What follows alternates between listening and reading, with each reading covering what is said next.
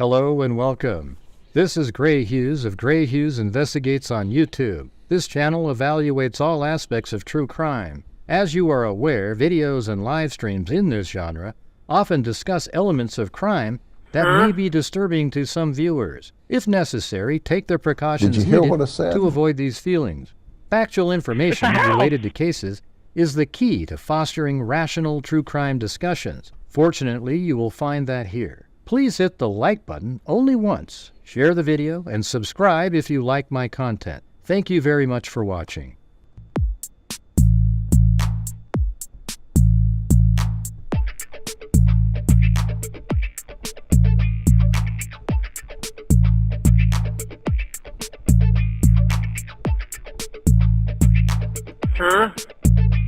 It's a house!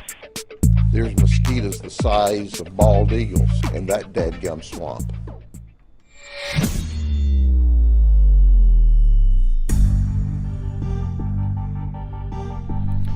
Yep, guess the camera's not working over there. The dogs again. Oh well. Yeah, well, today we're doing the hey, it's good to see Amy Higgin there. Hey, thanks Cheryl Bullock. Yeah, thanks for getting it started tonight. Appreciate it. Do you guys see my community post? What a bunch of nut jobs out there. Gray's deleting videos. It's funny because you know when you're you and they're not you, and you know what you're doing and they don't, but then they say you're doing something for some reason. So you're in a unique position to know that they're nut jobs. You get it? It's awesome. Hey, thanks, Elaine Talling. Is it your birthday today, Elaine Talling? Is that what you're saying? Is it your birthday today, Elaine Talling?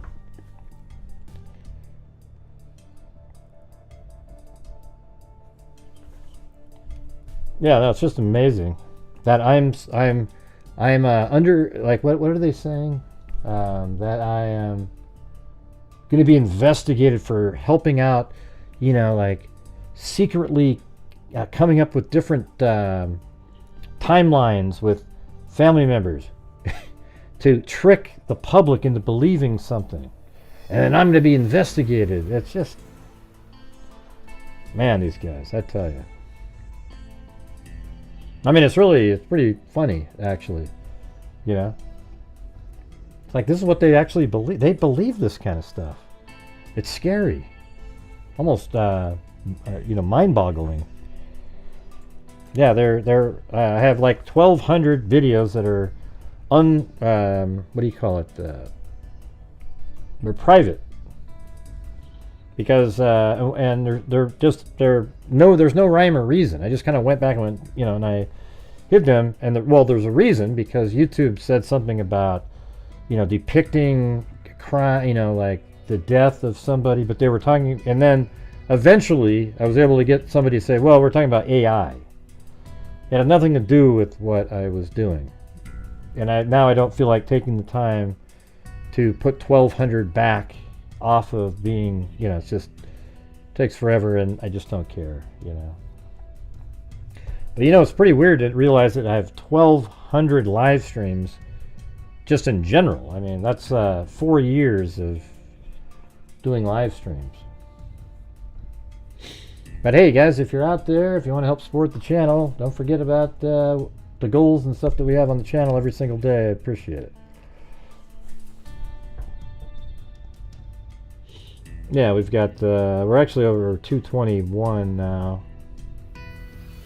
Good heavens, yeah, isn't that amazing, you guys? Hey, Fig Bear.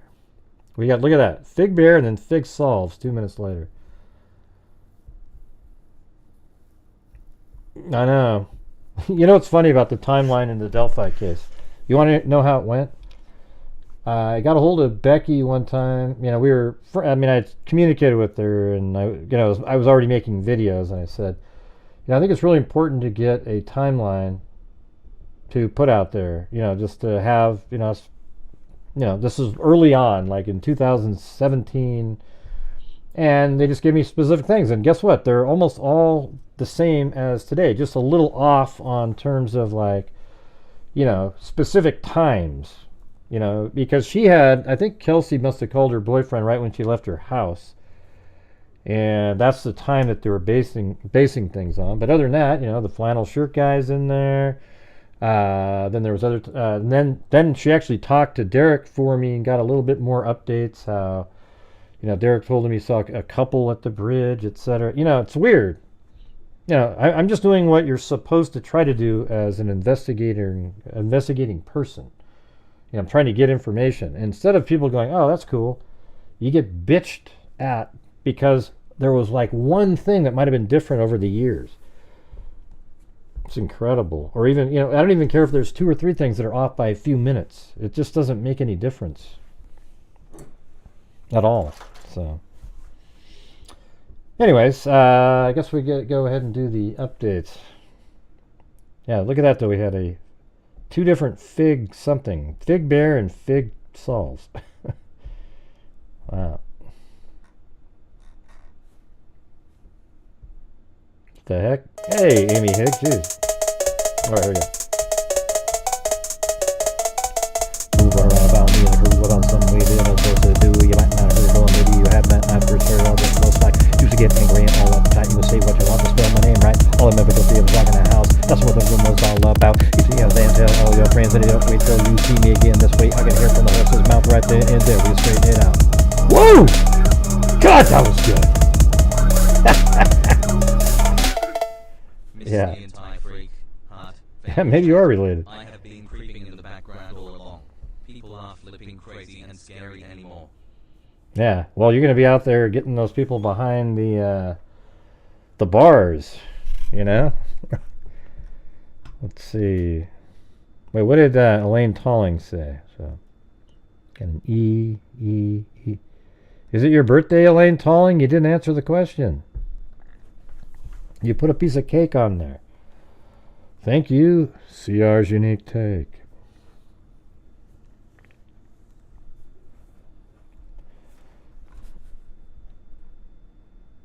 And that's going to be cool. I hope you can still, maybe you come on the show or something once you get graduate or work. I mean, I guess you have to be kind of more quiet at that point. That'd be pretty cool, though. No, there will not be a call-in tonight, Jace. Maybe. I mean, I guess if it got really interesting when we do the Delphi recap, so we're on October 31st.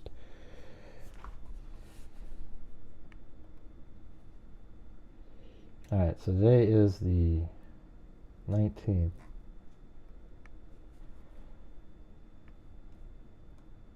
Yeah, so here's a couple of new pictures that are out there that were available. So that's her, obviously at the airport. And then there's her again. Now, we don't know, what does that mean? I mean, she's wearing the same pants. It looks like, let's see, there's red there. Let's see if they're the same. Yeah, it looks like it probably is the same. And that's her walking around. That almost looks like, and she looks more made up in that one than the other one. So, here's her getting her bag, and then maybe she made her way to the restroom or something, and then, this could also be when she went to the airport to get on to the plane somewhere else. Maybe that's Hawaii right there. Who knows? I doubt it, though. I doubt it. They don't put dates on anything. So we have that. You guys know this case, though, right? Hannah Kobayashi, she flew from Hawaii. I guess it was this Friday, a couple Fridays ago, or last Friday, right? Bama Girl, 41, thanks.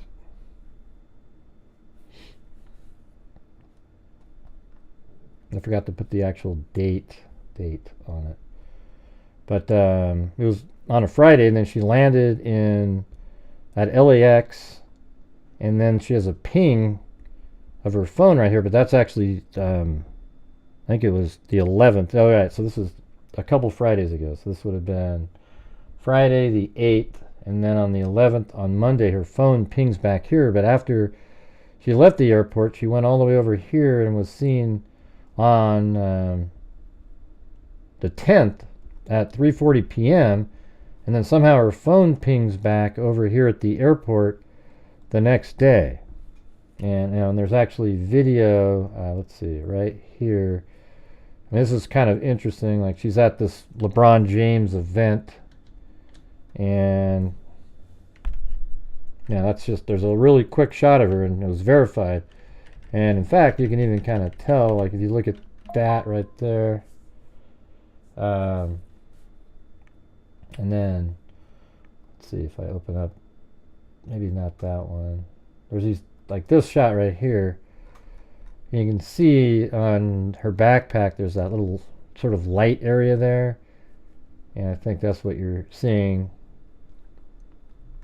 I mean, it looks like the same, and looks like she even has headphones or something shiny right there. And then there's that, and the family said it's her. So, I mean, that's really all you need to know is the family said it's her. Thanks, Bama Girl. Oh, yeah, you're throwing him in jail? All right. Okay, so then there's some... Where did I put those? Oh, yeah, right here. So there's some newer articles from today. I guess we could just go over these really quick.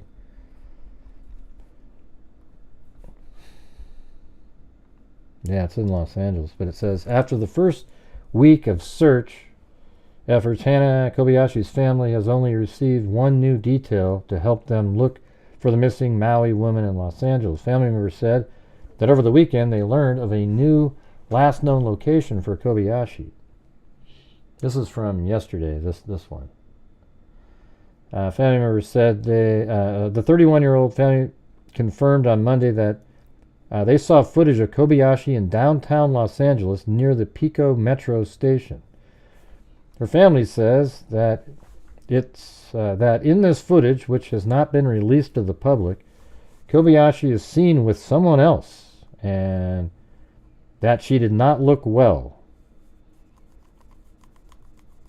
That's on Monday, the same day that her phone pinged at the airport. Kind of strange, isn't it? I guess he's an African American, a black person.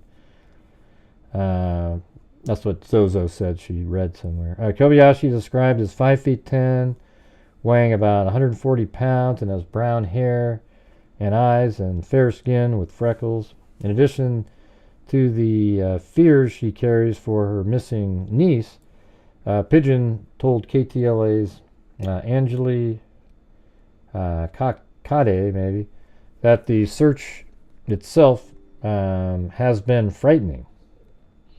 Someone tried to steal my husband's phone from his hand, said Pigeon. They were screaming, and there were people smoking crack. Yeah.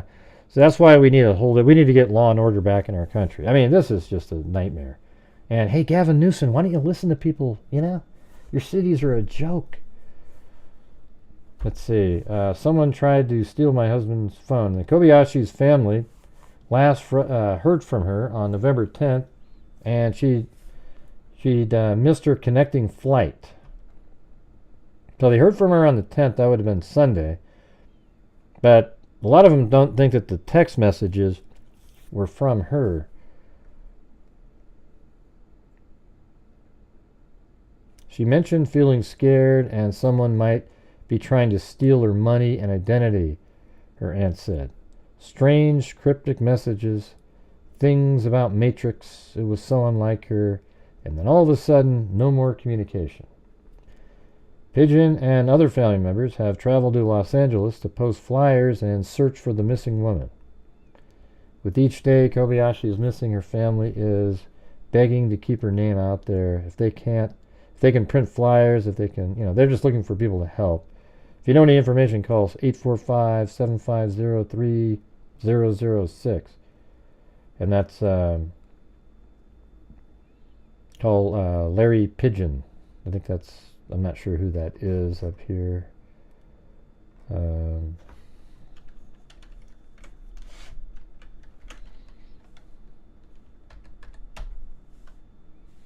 Oh, that's aunt. So it says Laurie. It's not Larry. It's probably like Laurie or something. She is not safe and is not alone, said Kobayashi's aunt, Laurie Pigeon. So that's her number to call.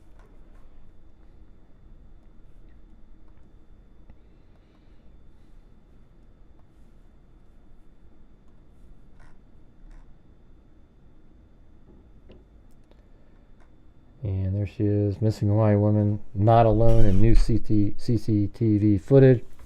The family of Hana Kobayashi, a Hawaiian woman who vanished while traveling to New York, has grown more concerned about their missing loved one after viewing surveillance video of her in downtown Los Angeles.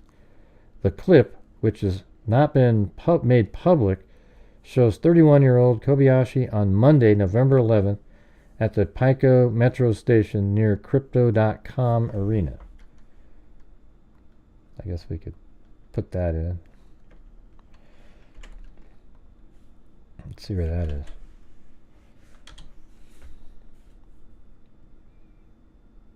Yes, that's not even anywhere. So there's the LeBron James area, but she's all the way down here. Weird.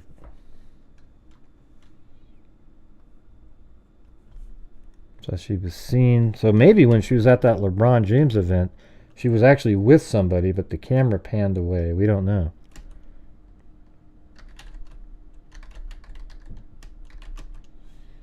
That was on 11/10. But hey, guys, we're just slowing up in here. So if you guys have the ability to help support the channel, you guys are the sole source of income. If you like what I'm doing, appreciate the support. Maybe get some new channel members in here. We gotta keep on trucking through the month. I'm trying to make this one of our better donation nights at the end of the month. So gonna see if we can make that happen. So if you have the ability to, I'd appreciate, put a comment in a super chat. Let me know what you're thinking.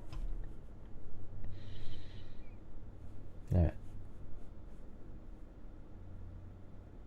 Yeah. Clicked on the wrong button. Look at that. CR gifted a membership to Moxie. Thank you. Very cool. Very cool. In a statement to KTLA, they said it was evident Kobayashi was not in good condition at the time. She's not safe, and she is not alone, her aunt, Laurie Pigeon, told KTLA. Man, that totally puts a way more ominous spin on it. I was thinking she just I was hoping, anyways, that she had some sort of was having a mental crisis of some kind and literally took off and went to those redwood forests she mentioned. But it's not looking like that. Kobayashi departed from her native Maui on Friday, November 8th, and was supposed to catch a connecting flight to New York at Los Angeles International Airport around 11 p.m. the same night. Her family has said she missed her connection, so she opted to attend a LeBron James event on the next day. I mean, that seems kind of weird, On the 9th, the Grove Shopping Center, to kill time while she waited for the next flight. So did she book another flight? Do we know that? The following day, the missing woman sent out a slew of cryptic messages to family and friends. So those are on the 10th, including one where she claimed someone was trying to steal her identity. Her phone pinged for the last time at LAX on Monday, November 11th, and has since died or been shut off. A missing person report was filed last week in Los Angeles, and an investigation into her disappearance is ongoing. Kobayashi has been described as 5'10" woman, weighing 140 pounds. She has brown hair and eyes and skin with freckles. And fair skin.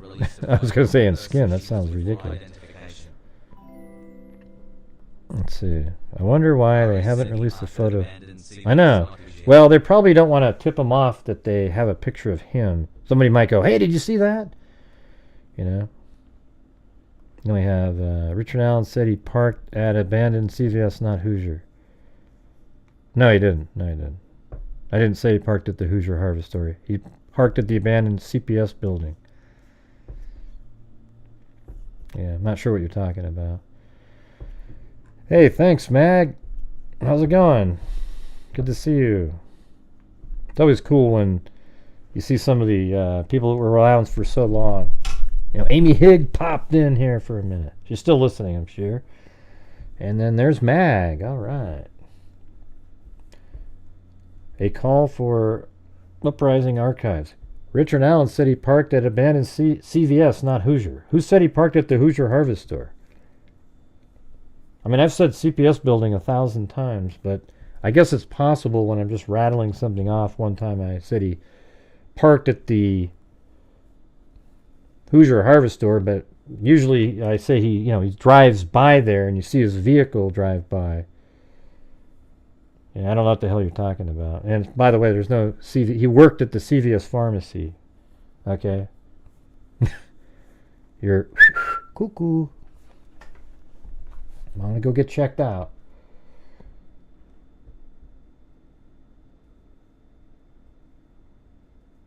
Ah, nice.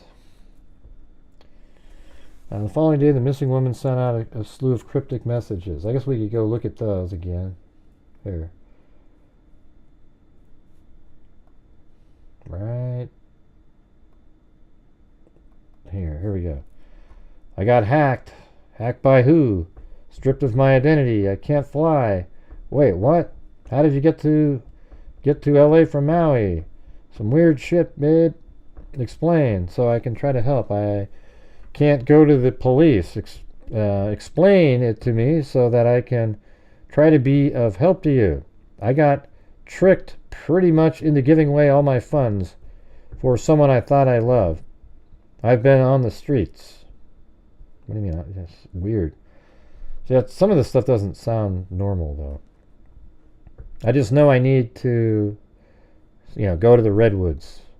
It's been really scary. Maybe it's like to pray in the redwoods, maybe. Hold on, I'm going to call you. Let me see who I can reach out to in Los Angeles area. You have no money. I have a little left. I want to just get a bus or whatever straight to the redwoods. Gonna look for work. I mean, that just seems so drastic. Like, I'm gonna go look for work to get money to be able to, I don't know. It's just weird shit. Please keep this to yourself for now. See, that almost sounds like, so maybe this is somebody that's not her typing. Keep it to yourself for now, though. And you're trying to, buy some time. I'm an LAX. Yeah, girl, just stay there for a bit. I might go to a homeless shelter. Really? Why wouldn't you just have your family just, give you some money for a minute? You should go back to Maui. I might go to a homeless... Okay, then it says I might go to Maui. I literally can't, love. You shouldn't be spending money. So here's the thing I'm wondering is, this part right here, it's a real long story, hun. Okay, so in one of the articles it says that she never uses that phrase, hun. It makes you wonder, though, was Hannah texting somebody and over time kind of learned how she would say things and got it right most of the time. And maybe Hannah communicated with this person and used the word hun, but then she didn't ever use that with family members or anybody. So he put that in there, an accident. Literally can't, love. You shouldn't be spending money to continue traveling. You have a home you need to get back to. Yes, you can. And yes, you can is, I literally can't, love. Yes, you can. You shouldn't be spending money to continue traveling. You have a home and you need to go back to it. Where's your ID? I have it. And my passport. Well, then how did you get your ID stolen? What does that mean? You can't fly. You have your ID and your password, you can fly. Go buy a plane ticket to Maui. It's a really long story, hun. I can't help if I don't know what's going on. If you have ID, you can buy a ticket. Go to the counter at Hawaii Airlines. I have stuff of value there. I don't know what that means. You can go to the police, to the DMV. There are resources. I just need to rest. I'll think better. Yeah, I'm really confused, but it's very complicated. Did you get catfished? Matrix Underworld shit, girl. This is way beyond me. Did you get catfished by some dude you were talking to on the internet? And whoever wrote this said, no, we met. So, is that her saying that? I can't explain all of it. Just please be open with this, please. If you can't explain it, then how can I trust you if you can't tell me the whole story?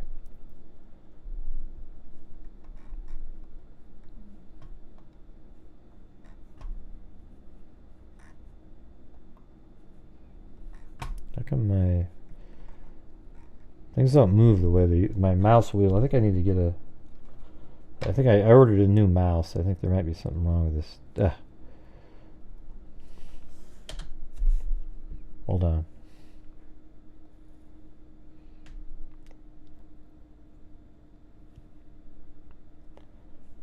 Alright, let's get some new members out there, you guys.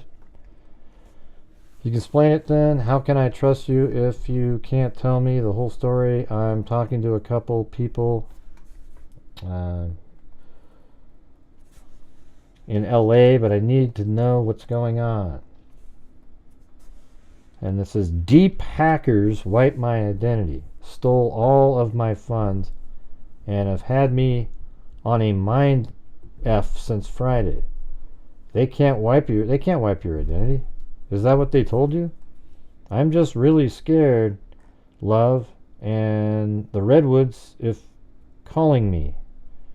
And it's probably the Redwoods are calling me. Does she write that bad like that, or? And I know I'm meant to be there. I'm being guided there like you have before. So how would is that something? So I would be curious to know if the sister, whoever, or the aunt that this person's writing to, had they ever been guided to something, and would that be something that some other person would know? I risk my freedom if this goes wrong for me, hun. Yeah, but apparently it doesn't say hun. Then there's this itinerary, has some information in it. She's kind of trying to vibe, open flow. So this is the same day on the 10th. She's supposed to be in New York. So none of it, most of this isn't really relevant because she's supposed to be in New York meeting other people, but go off of vibe and bucket list stuff. So it could have been that if she goes to LA and she wanted to meet somebody that she'd been talking to, and then that all just went to hell. Thanks, Faza's Super Babies. Alright, so let me get back to these articles here.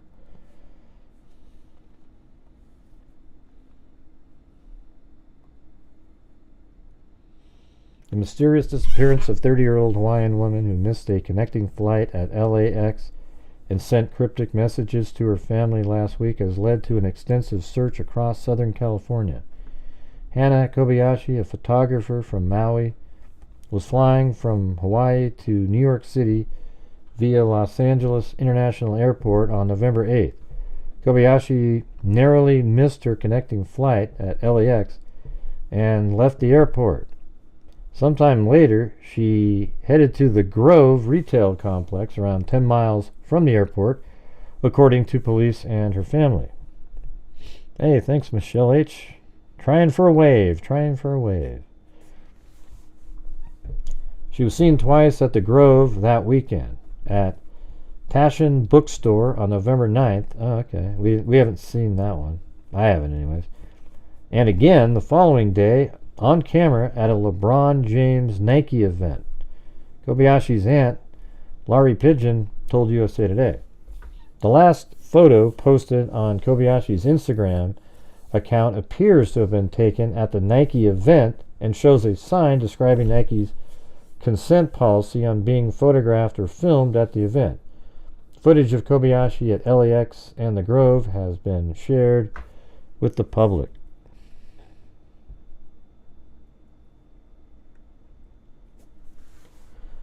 Family members say Kobayashi started sending numerous cryptic text messages on Monday, November 11th. So that was the okay.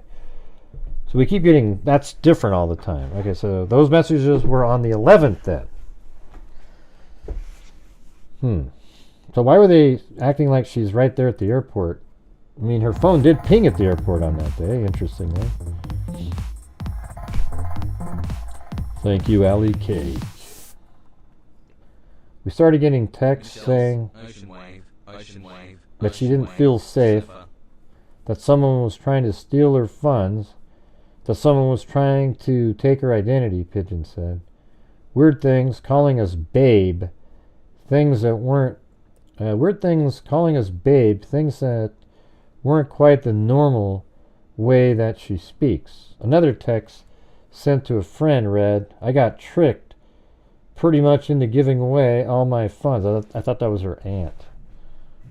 I thought I loved, is what she said. We just went over those. Kobayashi's phone pings reveal that she returned to LAX that Sunday, according to a statement shared by her sister. Last phone ping was 11:11 at 4 p.m. at LAX. That's not Sunday, though. That's Monday. So this whole, I don't know, this SF gate, man, nothing's quite accurate in there. That's Monday is the 11th, not Sunday. Hey, thanks, Amy Higg. That's right, you guys. Help ride the wave. Let's get to the goal again. We're currently about 40% now. Pretty good, though. Pretty good early. The family has reportedly been shown surveillance footage of Hana Kobayashi on the evening of November 11th, so even later that night, near the Crypto.com arena in downtown LA. It has not yet been shared with the public due to the active nature of the investigation, but Pigeon told KTLA TV that Kobayashi does not look well in the footage. She is not safe, and she is not alone. And that's on the 11th. That's not good. No sign of her since, you know. Maybe she was trafficked. I mean, now it's not looking good, like the whole situation. You know, yesterday I was feeling pretty good, or 2 days ago when we covered, I was like, well, maybe she went off, and maybe she had a little bit of a mental thing going on, and she went off to that, the Redwood Forest, but just given this new information, you know, I hope it wasn't some sort of a fentanyl situation. Hey, thank you so much, Tina G. On the morning of November 19th, Sydney Kobayashi shared another possible sighting of Hana Kobayashi with a man at the Hawthorne Lenox light rail station near LAX. Okay. Hold on. Back there again. Hawthorne.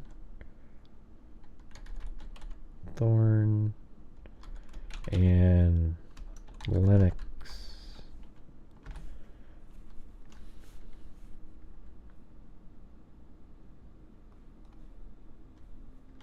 Okay, that's sort of near the LAX.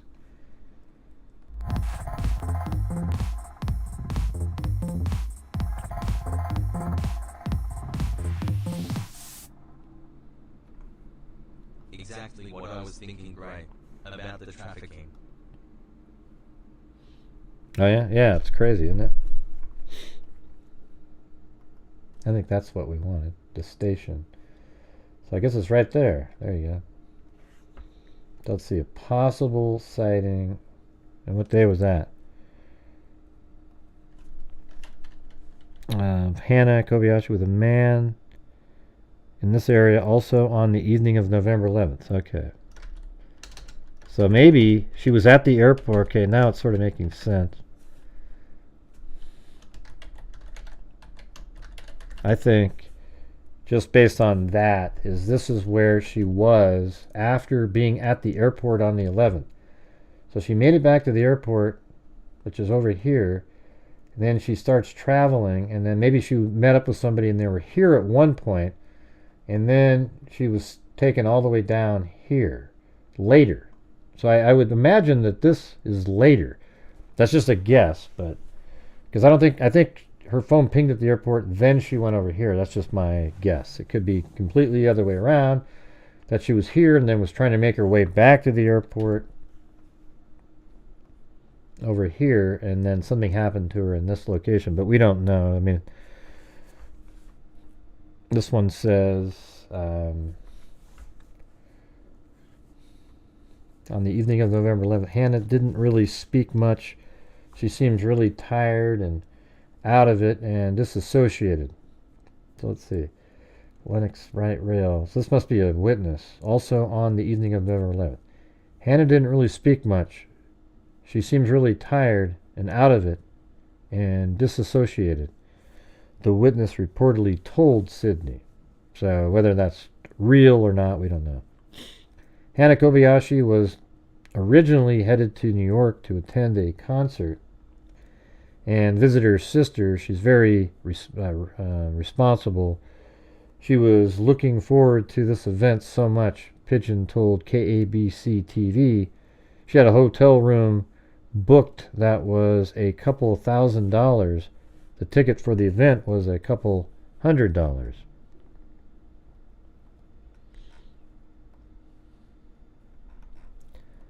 There you go. Amy Higg, the new CSI queen.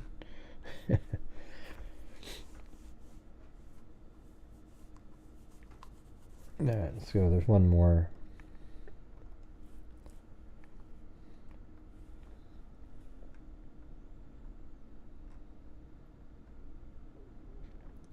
Hannah, 31, departed the Hawaiian island of Maui on November 8th, and surveillance footage showed her arriving at Los Angeles airport. She missed her flight to New York because it was only like 43 minutes later, which was supposed to land in the Empire State on the morning of November 9th.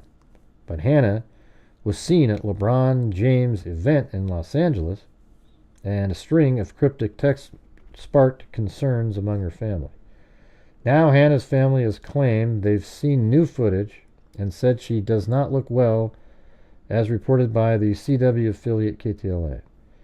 She was near the Pico metro station in downtown Los Angeles, around 20 miles from Los Angeles airport.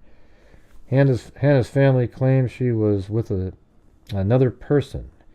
Hannah's disappearance is shrouded in mystery, as it emerged that she had written an itinerary for the trip to New York. Yeah, I mean, it seemed like she had everything planned out. Maybe she meant to meet somebody quickly in Los Angeles, but it turned into something much worse. According to her schedule, she planned to settle into her hotel in the morning after touching down at JFK. Hannah then wrote down potential options for any activity in the afternoon. On the day she was supposed to arrive, the Brooklyn Folk Festival took place, and Honey Dijon performed at the Brooklyn Storehouse. On November 10th, Hannah planned to do activities that were on her bucket list. The next day, she was supposed to spend time with her aunt. On the same day, Hannah reportedly messaged her other aunt, Laurie Pigeon, and she had an intense spiritual awakening. The message sent from Hannah's phone said, "I'm charging my phone and heading back to the airport to get to New York City."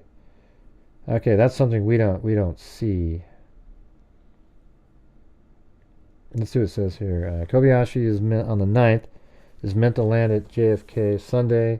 Kobayashi sends a message saying she's scared and worried about someone trying to steal her money and identity, alongside a number of other cryptic texts. She's later seen at an event at the Grove in Los Angeles. And on Monday, Kobayashi's phone puts her back at LAX, and that's where, you see her at that station. She posts a picture on her Instagram account. She turns her phone off. Wednesday, November 13th, family files missing person report. The 14th YouTube video of the Nike event at the Grove is posted, placing Kobayashi in Los Angeles on Sunday, which is the 10th. I might need some help getting there. It's a long story. It wasn't the first unusual text that had come from Hannah's phone. One message claimed that Hannah was tricked into handing over her money. See, what's interesting, though, is on the 10th, her phone's being texted from. On the 11th, her phone pings at the airport. She's seen on camera. I mean, so it's possible she sent those same text messages. Hey, Christine, do you hear what I'm covering right now, you fool? No, I don't feel lost at all. I've covered thousands of different cases, Christine. This is one of those trolls that show up. You're right, you guys. I shouldn't. Hey, mods, if you're out there, just remove those kind of people, all right? I don't have a lot of mods here tonight, so. Let's see. No, I'm definitely going to be covering it later on the show, Christine. Sorry for your confusion. I'm just going over this update first. All right. Yeah, just remove those people. Those people are not here for any good deeds of any kind. Hannah also reportedly told Pigeon about the Matrix. Hannah's sister Sydney said she received strange texts from her sibling. It was just really weird texts. It's weird to me because it doesn't sound like her. Like there's just something off about it. So I wasn't too sure. I don't know if it's her or if someone else was texting. Yeah, so it's interesting that she texts on the 10th, but then she cited again on the 11th. So maybe that is her texting. Or that other person has her drugged up and was the one texting back. Hey, thanks CR's Unique Take and Susie Clue. The most recent ping from Hannah's cell phone was November 11th, and it came from Los Angeles Airport. Los Angeles Airport is approximately 1 hour from the Grove. Her cell phone has been turned off ever since. Hannah's family filed a missing person report on November 13th, and they are begging for information. Her dad, Ryan, has said he's barely slept and told local media there's a lot of people looking for you, Hannah. So if you get this, if you see anything, just go to the police. Go to anybody. There's a lot of people out there that care about you, Hannah. So there she is right now. Doesn't look like she has her bag. This might be like maybe she's waiting or just got off the plane here actually. I think that's what this is. And then she's going to go to the carousel to get her bag.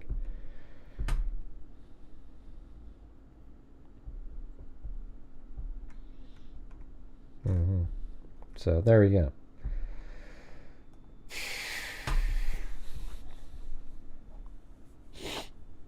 I know, yeah, man, it just seems a lot more nefarious now, unfortunately.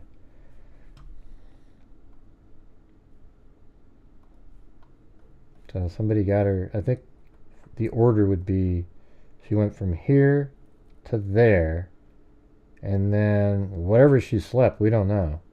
Then somehow she makes it back here and then is over here later.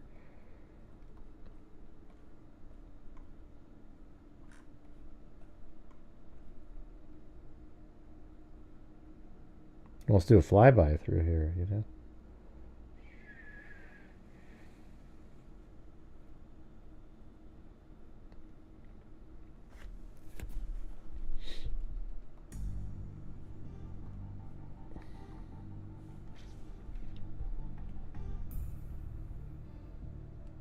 Yeah, we know. We don't know the street, but she was found down there.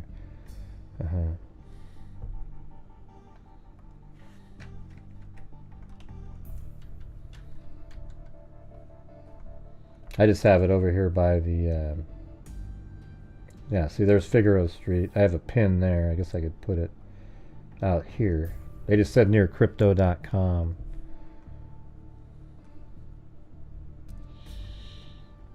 Well, I'm going to try it again, you guys. If you're out there and you can help support the channel, that'd be great. We're currently about 50% of the nightly goal, so if you have the ability to, that'd be great.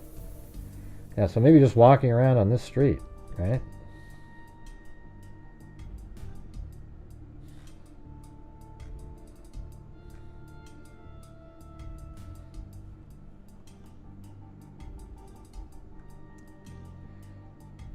What a nightmare. LA is not the place you want to get lost in. I mean, that place is just massive. Buildings all over the place.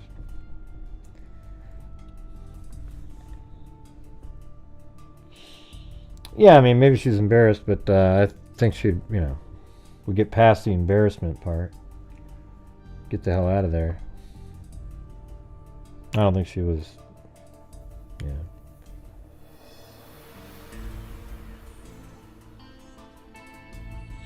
I think it might be a trafficking thing like we said a few minutes ago. Now, somebody tricked her into meeting up with her on their way there. And then that's such a scary thing because it wasn't it's just sort of in the middle of the trip. And then it's like, it's not as planned, so it's not easy to track.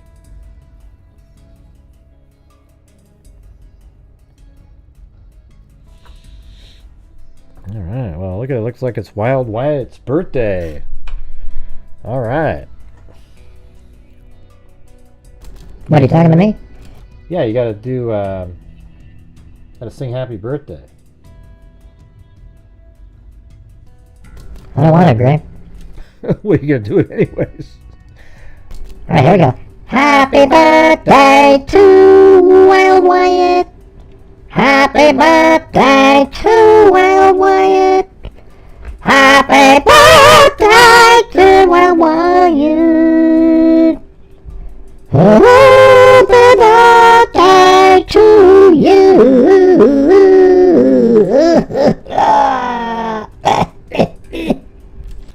Wow, are you okay? What's going on, Mary Lou? Hey, not too bad. I just bought some new cigarettes with Retsin. You got new cigarettes with Retsin, huh? Are those new low-cal cigarettes? Yeah, I had some of those too.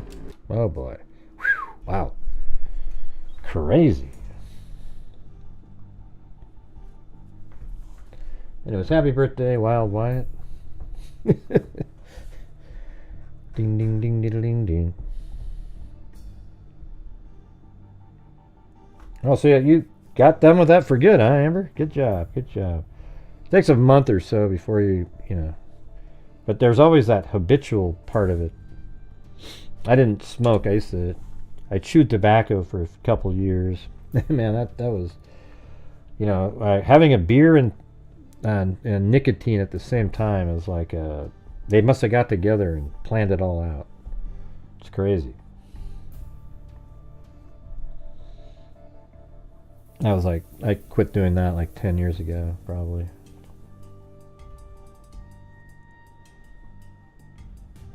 Yeah, it's not like it was, right?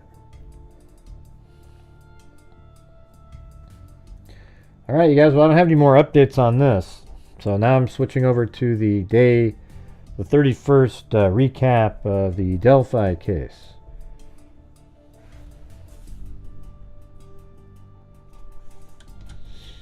Oh yeah, and I was going to try to...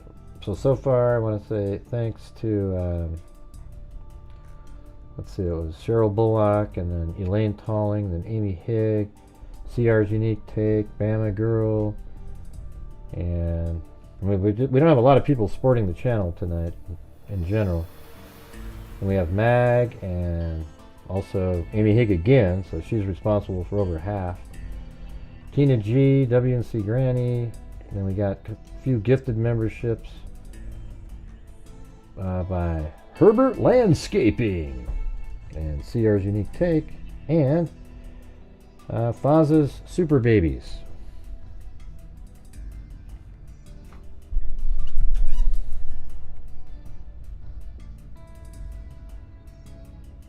Nicotine pouches, huh?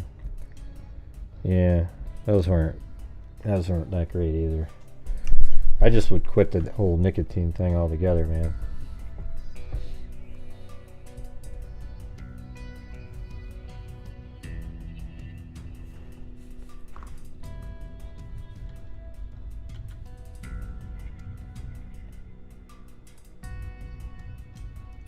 Hey, by the way, those other YouTubers, they're hot on the trail for the actual killer in the Delphi case, everybody. They're going after those Odinists.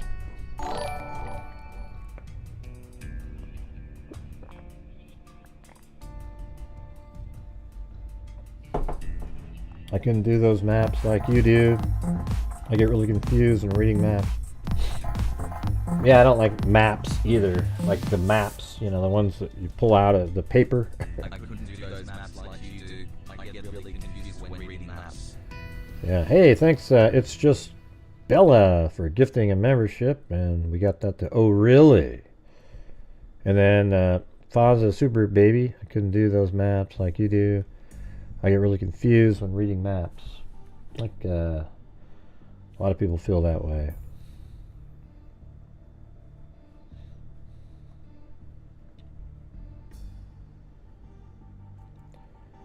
Now it's a biker. Yeah, I know. That's what I was saying. But the biker's one of the Odinists. That's why I brought up the biker.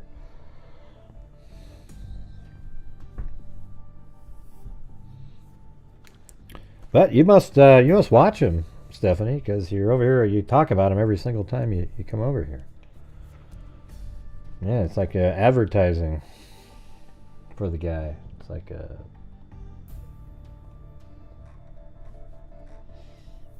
Alright, let me get back to the...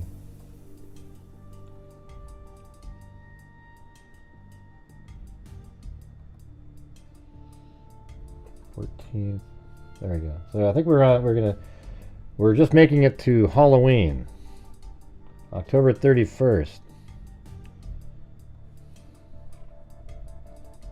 See, what's weird, I'll just say this though. That same idiot that was just mentioned in here, Snay, I'll just say it, I don't give a shit. He'll have, now he gets like 350 people watching because he's talking about a conspiracy. I only have 303. You see what I'm saying? It's such a shitty world. And I have 150,000 subscribers. And he's got like 6. So doesn't that just kind of weird? Like YouTube must do some kind of throttling or whatever the hell you call it, where your channel, like I guess if I had 6, I'd have 8 people watching. That's the kind of the ratio. Or 10 or 20, I don't even know. But isn't that weird? You got to sell your soul so that YouTube recommends you to people. Yeah, what have you learned? Alright, let's see. So this is on the 31st. We've already gone through all these other days. Well, I am Kate. What does that mean?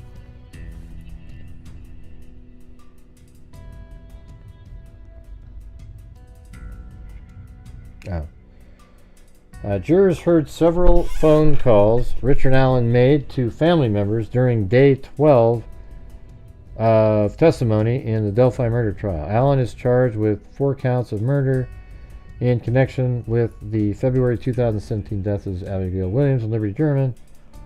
On day 11 of the trial, the psychologist who treated Allen at Westville Correctional Facility described his living conditions and odd behavior.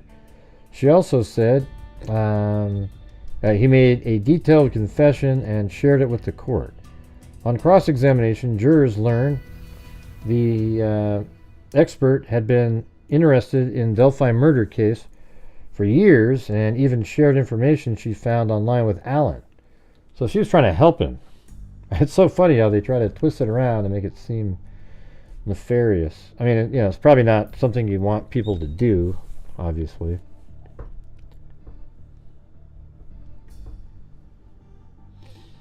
Two others briefly took the stand. Delphi murder trial, day by day summary. Okay, State Troopers takes the stand.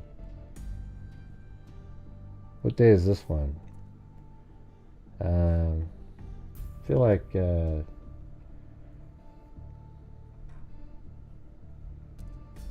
that's a link somewhere. Two others briefly took the stand on Wednesday. It was Wednesday the 31st. I just want to make sure. No, this is Thursday is what we're looking for.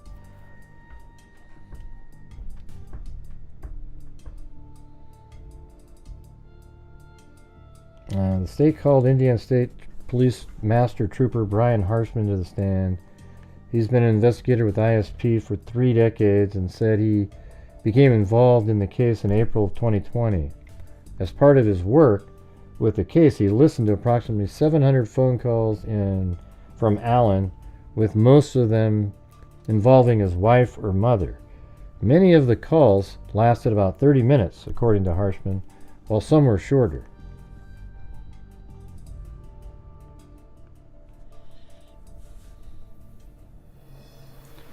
During a call on November 14, 2022, Allen told his wife if the situation became too much, he'd talk to investigators and tell them what they want to know. So I think that's what a lot of the pro-burgers, they go, see, look, he said he was going to lie. He would say anything. But it could just be, what he's saying is he'll tell them the truth. That's what he's saying. And it tells them, and it says, I'll tell them what they want to know, not what they want to hear. You see the difference there, you guys? He says, yeah, I'll talk to investigators and tell them what I want them to know, what they want to know. So it's like, he's going to tell them the answers to the questions that they have. His wife, Kathy, replied, you need to just hang in there. I'm sorry, baby, Allen responded. It's just one more thing I effed up for you. He told her he loved her. In an April 2nd, 2023 call to his mother, Allen said he found Jesus and asked if he had gone to church that day, if she had gone to church that day. He also said he hadn't slept well and could fall asleep during the call. Hey, thanks, Michael Kishel. Love the trial recap so far. Thank you. Hey, no problem. And yes, you too, if you're out there, can help support the channel without me having to ask 17,000 times per show. It seems like that's the only thing that slightly works. It sucks. I didn't accept God in my life until March 21st, 2023. So in April 2nd, 2023 call to his mother, Allen said he found Jesus and asked if she had gone to church that day. He also said he hadn't slept well, so he might fall asleep during the call. I didn't accept God in my life until March 21st, 2023, he said. They both said, I love you, before the call ended. So he accepted God on March 21st. He says. I think he might have, actually. Here's the thing, you guys. This is my opinion. I'm no, one of these doctors on YouTube. But what I'll say is, I think Richard Allen is somebody that was sexually, like a deviant sexual person who he went out there to do whatever he's going to do. And then to protect himself, like he said, he was selfish. He killed them, and he's hated himself for killing them. He's not like this, like a true psychopath killer type who, like a serial killer who doesn't give two shits that he killed somebody.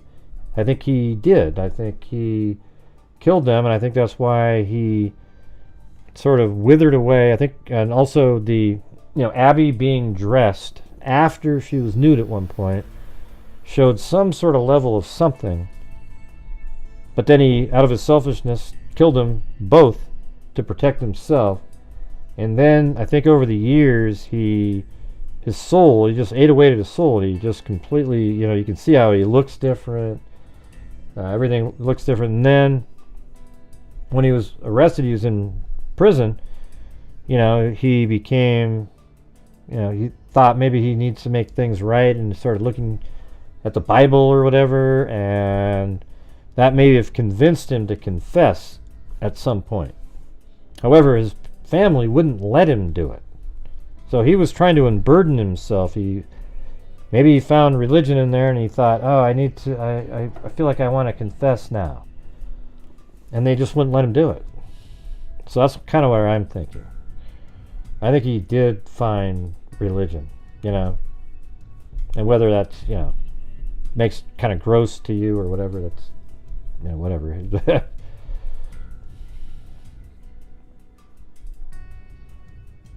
They both said I love you before the call ended. And an April 3rd phone call, McClelland said Allen made incriminating comments. He then placed the call. He then played the call in court. He said, I killed Abby and Libby, Allen told his wife. No, you didn't, Kathy Allen responded. I think I did, he said. See, there you go. He's already equivocal, kind of. Well, I'm not sure. I think I did, They are messing with your mind, his wife said. And he says, I think I did. I don't know. I wish they would kill me and let me apologize to the family. See that? He just wants to apologize and get it off his chest. I think his attorneys did a grave injustice to society. I think that they convinced... Facts and only the facts. Love you, Gray. Hey, thanks so much. XOXO. Well, I appreciate that. It's cool to have people that actually see what I'm doing instead of the nut jobs out there. I think he really wanted to confess.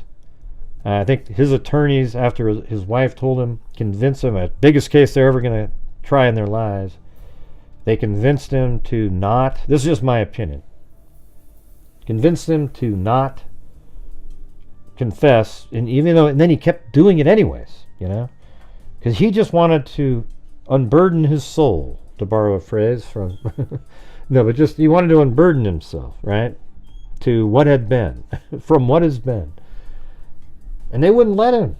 And then what happened was, because they wouldn't let him, they had to go out and find this bull crap Odin story, and a lot of suckers on the internet actually believe this kind of stuff. They believed it. So you got all these suckers out there believing this nonsense, and what it led to is this massive group of people who believe something that just isn't true. And then celebratory gesture. Yeah, no problem. Yeah, so it's just, I don't know. It's really frustrating, and I think what happened was, I think Judge Gould even saw that they were doing this. That this case was obvious, even with the mistakes made. It was obvious. It showed that Richard Allen was the killer, and because they wouldn't have Richard Allen plead guilty and cut a deal, the families had to go then see in court their, Abby and Libby's bodies, and that's going to be one of their memories that they have now. That's what fills their mind. Hopefully they can remember nice moments. Now they had to see all of that, and it's because of them. It's disgusting, you guys. Absolutely disgusting. There was no nexus to any of the Odin people. Well, one of them said if he left spit on one. Well, the guy had a brain of a 7-year-old. Okay? They found nothing. Don't you guys? So here's where this is how the case goes. This is the logic stream that you have to follow. It goes like this. Well, they didn't want to. Early on, they saw that there was these Odinists. And man, it's so obvious these Odinists did it based on this information. And for some reason, they decided not to investigate and continue on with the Odinists because there's actually Odinists inside the police force, don't you know? And so then those people then have to cover up for the Odinists who actually did it, right? So that's why they brought up the two prison guards that had the Odinist patches on so they could see, look, they're all working together. It's this big thing, and they're covering it up. But what's weird is, why didn't they just pin it on Ron Logan? Like, especially after he died, make up something. They found some new piece of information linking it to his house. Or why didn't they put it on Keegan Kline, for God's sakes? Why were they even looking into Keegan Kline and spending all the money searching a river for 3 weeks if they knew all along that it was actually these Odinist buddies, right?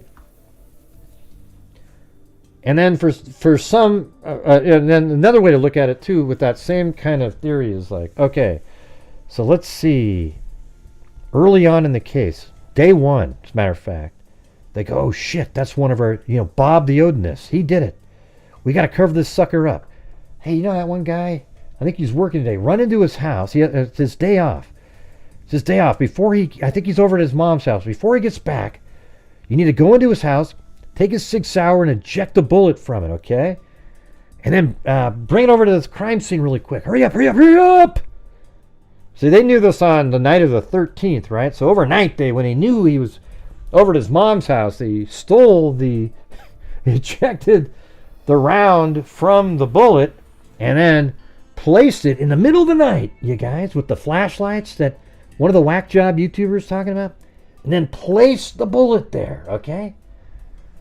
They placed Richard Allen's bullet, right? And it sat there, and they found it the next day. But instead, and they knew, amazingly, that Richard Allen himself was on the trails after that. They didn't know that, though. They just thought, my God, we're lucky. We didn't even know that the guy that we took the bullet from and placed there was going to be there that exact same day and then walk down the bridge and stand on platform 1. That's amazing. But you know what? We know that he did all that, but we're not going to try to pin it on him now, okay? We're going to wait 5 years and go through all these other people and then one day just spring it on him and pretend that it was an old, lost lead that we just didn't find all those years ago. Doesn't that sound absolutely ludicrous, you guys? That's what they have to believe, though. Because what would be the reason? If it was Odinist, why didn't they go all in on those Odinist people? Can you answer that one? Anybody? Anybody at all? I feel like the guy in the movie, what's it called? The Day After, right at the end. He says, is there anybody out there? Anybody at all? That was with the nuclear attack movie. You know, that one was a really good one with Noah Wyle and like all those famous people that were doing that was pretty crazy. That was another sort of live, I think it was like a live TV production or something. The guilt that ate away at Richard Allen should now eat away at those two defense attorneys. Yeah, well, they don't. They think because defense attorneys believe that, they have to do every single thing possible to try to get somebody free, even if they're guilty. They have to make sure that the state's theory beats out any other competing theory, even if they realize that their client is guilty, right? And that's why I don't watch those people. Who the hell wants to listen to that shit? Day after day. Oh yeah. Here's how we can get this guy off. Yeah, the guy that killed 2 girls. We can do it. Now watch. We bring up the Odinist thing, and then we talk about the psychology. Yeah, but isn't it amazing, you guys, that they found a bullet early on, and they planted it there. It fell out of somebody else's gun, right? Oh, it was planted, though, because it actually matches his, so it had to have been planted by a cop. And then, amazingly, Richard Allen had driven by the Hoosier Harvest store. He parked at the abandoned CPS building, and he walked on those very same trails wearing the exact same clothing that the bridge guy is wearing. It even makes it all the way to the bridge and stands on platform 1. And Betsy Blair, when shown a picture of bridge guy, said, "Yep, that's the person I saw," although her memory and description was off, as almost all witnesses are. But when she saw the picture, it just totally jogs your memory, and you go, "Oh yeah, that's who I saw." So that's who they saw. And then he's standing on platform 1, just like he told us he was standing, just where Betsy Blair saw him standing. And at the other end of the bridge, he forces the girls down the hill wearing exactly the same clothing that he said he was wearing. And oh, by the way, he confessed to actually taking the girls across the creek, having them go down the hill, and was going to assault them down there. Then a van drove by and it scared him, startled him, and he took the girls across the creek, where he then killed them with a knife. By the way, that information, I'm not sure if that was out at the time of the confession, because the Odin document came out, I believe, in 2023. The public didn't know about it. I might have mentioned that actually in the Ron Logan document. So, I don't know. But anyways, then he killed the girls. He covered them with branches, and then he did that because, and he also wanted to make sure that they were dead. And he killed them because he was selfish, and he didn't want to get caught. And then he left the trails, not on the paths, and went on to live his life. And he lived the life for 5 years, and the guilt of killing the girls ate away at his soul, and he's arrested. Does Richard Allen act like somebody who's innocent at all? I mean, just ask yourself that. Has he once ever just yelled out, "I didn't do it"? I mean, if you were accused of killing 2 girls, you'd be telling every person that you know as many times as you can that you didn't do it. Instead, he's in prison making phone call after phone call after phone call, begging somebody to listen to what he has to say, and he wants to tell them that he did it, and they won't listen to him. Doesn't that make you angry? All right, guys, we are currently at 60% right now. So if you guys can help support the channel, that would be great. For the 700th time. And by the way, I do this on the show. I try to actively get super chats, etc. to come in here because I need my channel to make an income. Plus, at the end of the month and during the month, we've already given $1,500 out this month already. And at the end of the month, I'd like to give out I'm hoping to be able to give out another like 4,500. But it kind of just depends on how the rest of this month goes. So that would be 6,000. That'd be pretty amazing. And then next month, we'll be able to, we'll end the year getting over 50,000 out there to various charities and our DNA fund, etc. So if you have the ability to, you guys, I would appreciate it. Plus, I'm the only sane true crime YouTuber covering any of these cases. All right? That's the reality. Yeah. "I killed Abby and Libby," Allen told his wife.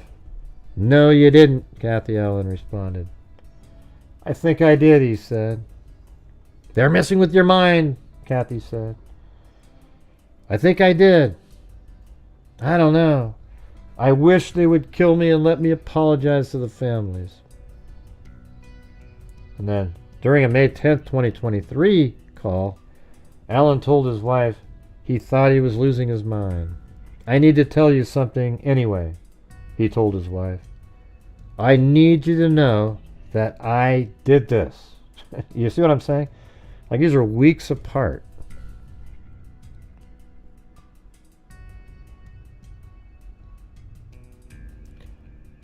I didn't say there's anything wrong if they can't support many lives. You sound like a total fool. What I said, if you have the ability to support my channel, I would appreciate it. Where do these people come from? I worded it long ago. No, it wasn't. No, it wasn't. Hey, many lives, you're dumb. You're dumb as a box of rocks. Sorry about that.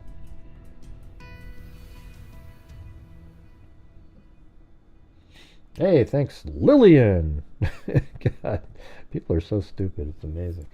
During a May 10th, 2023 call, Allen told his wife he thought he was losing his mind. Richard Allen said, let me try this thing over here. I need to tell you something anyway. I don't think that works. I was going to try to use Mary Lou's voice, but it doesn't work. I need to tell you something anyway, he told his wife. I need you to know I did this. No, you didn't, dear, his wife responded. There's no way. She also suggested her husband was not well. He talked to his wife later that same day.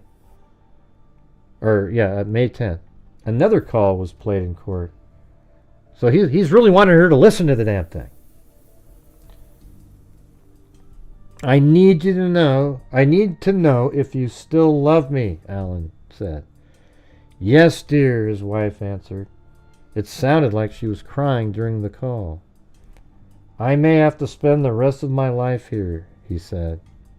I just got to know that everybody is still going to love me. See, can you see how he might feel like that? Like he's got this thing that he did that was so horrendous and so shameful and hideous, and he wants them to know that he did it, but he also is begging them to still love him, basically, even after he tells them this horrendous thing that they did. Instead, they're saying, oh, you're crazy, Richard. You're not even, nothing you're saying is even.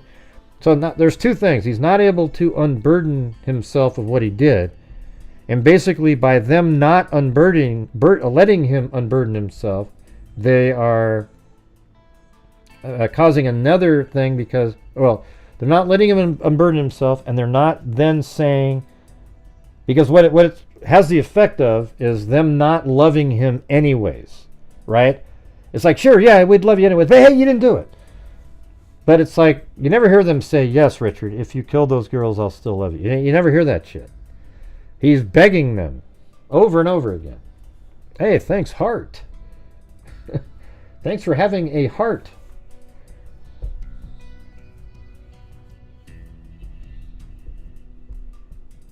You guys get this, right? I mean, can't you picture Richard Allen? He's in there. He's seen the documents they have now. Also, he found God before the documents, the discovery. Then he sees the discovery and he's like, man, they figured it out. I just want to apologize to the families. And listen, he probably loves his wife in whatever way he loves his wife and his mom, And he just wants them to still love him after he tells them the truth. And not only would they not accept the truth, they did say that they would love him, but by not accepting the truth, it's almost kind of passively saying, I wouldn't love you if that's what you did.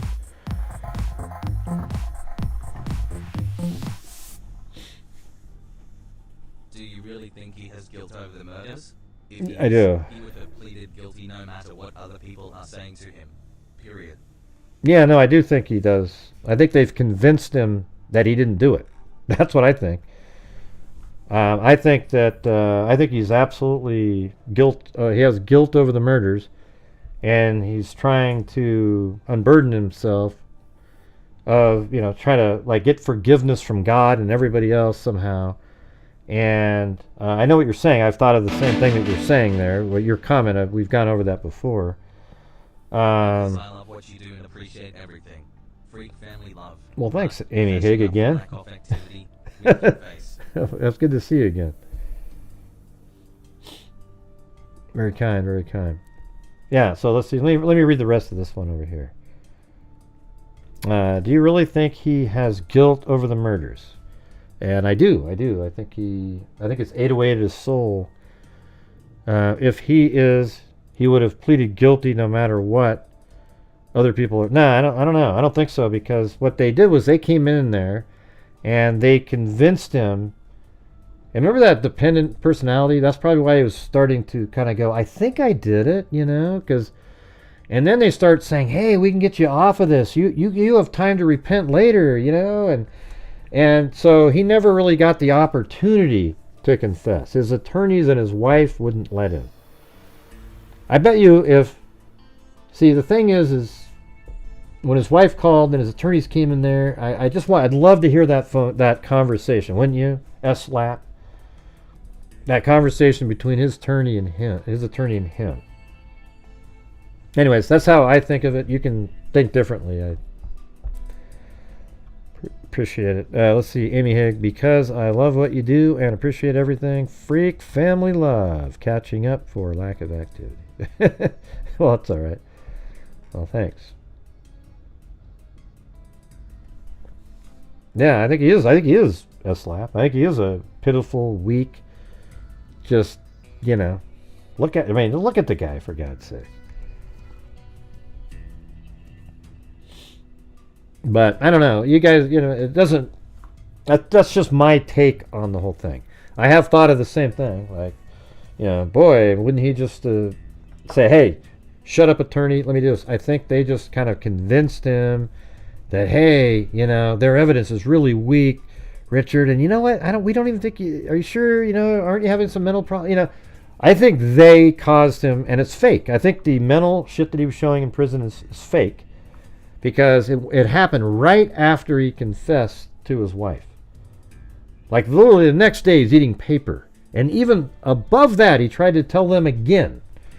So think about it like this. On April 3rd, this is the phone call. I killed Abby and Libby. No, you didn't. Kathy Allen responded. I think I did, he said. They're messing with your mind. So she's already starting this process. I think I did. I don't know. I wish they would kill me and let me apologize to the families. Probably said let me apologize to the families and kill me. But anyways, so right after that, he tells right after that when he tells, his wife hangs up the phone and then tells his attorneys, and he just starts getting nuts. Like the next day. There was no sign of any of this psychotic behavior prior to that.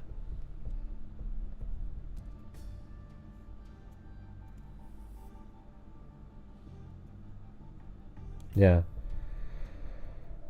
So anyways, then, and then, doesn't that tell you something? That it was strong enough in him that he just kept thinking, man, I just want to tell people. I don't want to have to go through this. And notice how they have his arm around him in court, like, hey, we can get through this. Hey, we can get through this. Yeah. Probably because he just wants to say what he did.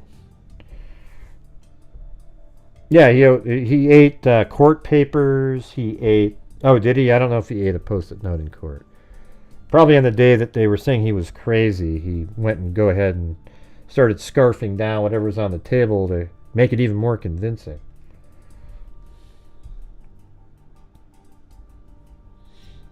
So then he says, I need to tell you something anyway, he told his wife. This is on the 10th. I need you to know that I did this, So he's still, well, he was psychotic now, though, because he was eating poop and his court documents. He doesn't sound like it. Doesn't sound like it at all. And everybody had heard it. He just had a normal, calm voice. I need you to know that I did this. No, you didn't, dear. We've got attorneys that say you're innocent. Okay, I'm just saying what's going on the side. They're saying you're crazy. There's no way. She also suggested her husband was not well. There you go. You're not well, Richard. There's no way that you did this, even though it was your day off. I was at work. You went to your mom's house, and you told me you were out at the trails. But you didn't tell me you were at the bridge. But there's no way you could have done this. Oh, that make any sense? Anybody? See, this is where I'm saying. If I was arguing with, a way that it was legit with one of these idiots that think he's innocent, they can't win. But what they do is they start cussing and they bring stuff out that you cannot disprove. Like things that are just conspiracy shit. Like, hey, what about this guy named Jim who was at the grocery store? Well, I don't know if there was a Jim. See? Yeah. No, you didn't. Yeah, but isn't that amazing? Like, she says that you couldn't have done this. Well, how do you know? Remember? I mean, I just said it. You were working that day, and he was off that day, and was literally at the trails, and he didn't even tell you he was on the bridge.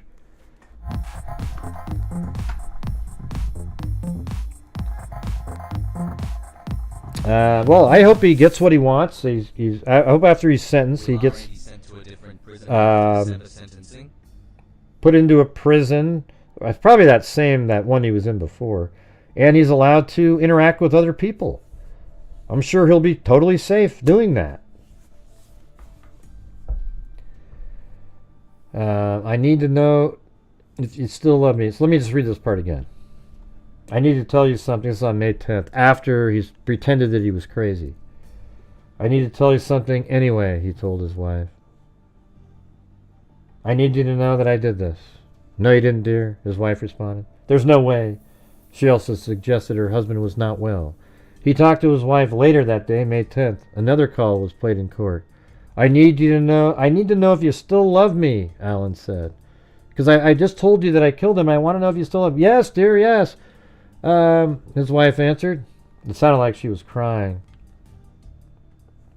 I may have to spend the rest of my life here. He's basically saying, they've got the information on me. I'm toast.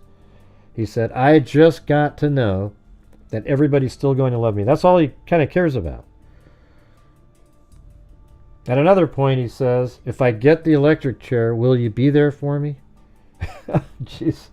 What did she reply to that? I hadn't heard that. Have you guys heard that one? I haven't heard that one. Hey, Wendy Van Rokel said, will Richard Allen be sent? Yeah, I mean, I probably that same one he was at before. I don't think I heard that one. If I get the electric chair, will you be there for me? Next came another confession. I did it. I did it, dear, he said. I've got somebody here listening. This is when he's with Dr. Walla. I guess. I don't know. Yeah, because wasn't there a phone call? Yeah. I did it, dear, he said. I've got somebody here listening to me, dear. I killed Abby and Libby. No, you didn't. His wife responded, stop saying that. On June 5th, 2023, a call with his wife, Alan suggested he was losing his mind. You know that I done it, right? He asked his wife. In a June 11, 2023 call, Alan again asked his wife. I did it, he said. Kathy, I did it. Do you still love me? You know, sis, he's never getting the answer. Yes, Richard. Even if you killed the girls, I still love you. What you keep getting is, I did this, do you still love me? Yes, I love you, but you didn't do it. Therefore, in her mind, she's saying, I don't believe you did it, that's why I still love you. He wants her to love him, even if he did it, and then that would be able to allow him to continue on. Hey, what's so funny there, Carol? Are you on rewind?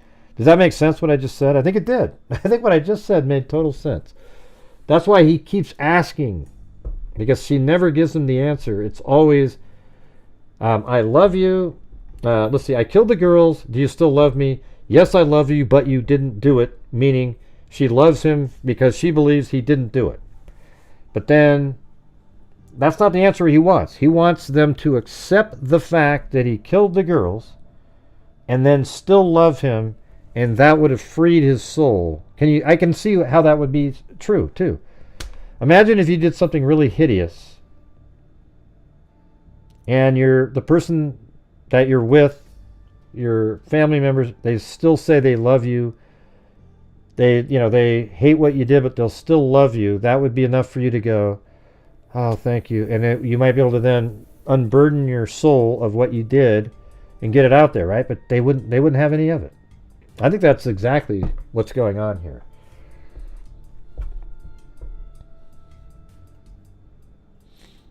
Yeah, I mean, she does know the truth. She just doesn't want to admit that he did it, and won't love him if she knows that he actually, 100% did it. Right. Well, she did say yes. I've learned a lot. when he said, I killed the girls, do you still love me? She said, yes, I love you. But you didn't do it, she'd always followed up after. That's what I'm trying to get to you guys, is that statement means that it's conditional, meaning I love you as long as you didn't do it. But he wants them to love him even though, and knowing that he did do it.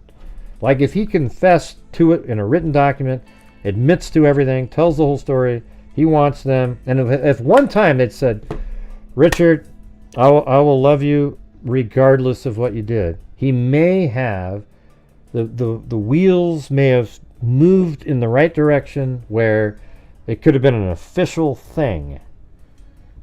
But it didn't. Never happened.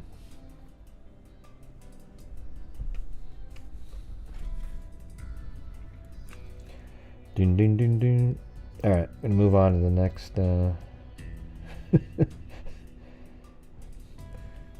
Let's see. No, you didn't. His wife responded. Stop saying that. On June 5th, 2023, call with his wife. Alan again suggested he was losing his mind. You know that I done it, right? He asked his wife. In a June 11th, 2023 call, Alan again talked to his wife. I did it, he said. Kathy, I did it. Do you still love me, though? Yes, dear, but you didn't do it. See what I'm saying? His wife answered. You can't call me and talk like this, she said. I'm sorry. I don't know what I'm doing. Like I lost my mind. I feel like I'm already in hell. Right. And the reason he feels like that, I believe, is because they did not let him unburden himself. I think that's a perfect term for this. You see that? That's why he's feeling this way.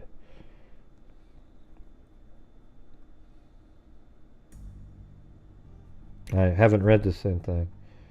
I'm reading it over and over until I, make sure that where do these people come from? It's just so weird. I could read it 17 more times. I don't give a shit.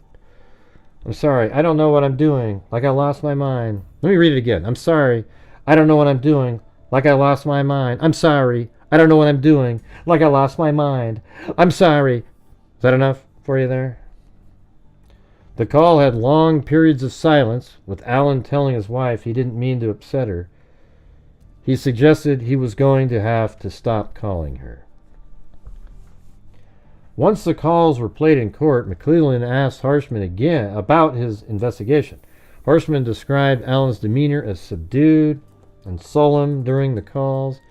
He testified Alan used the same tone and speech patterns as other calls and said there was no indication he was under stress. Harshman examined a report from Dr. Monica Walla that included Alan's confession. Alan had said he visited his mother and declined a lunch invitation. He then went home, grabbed a coat, and drank 3 beers. But I think it's also he went and got 6 beers and drank 3 at home.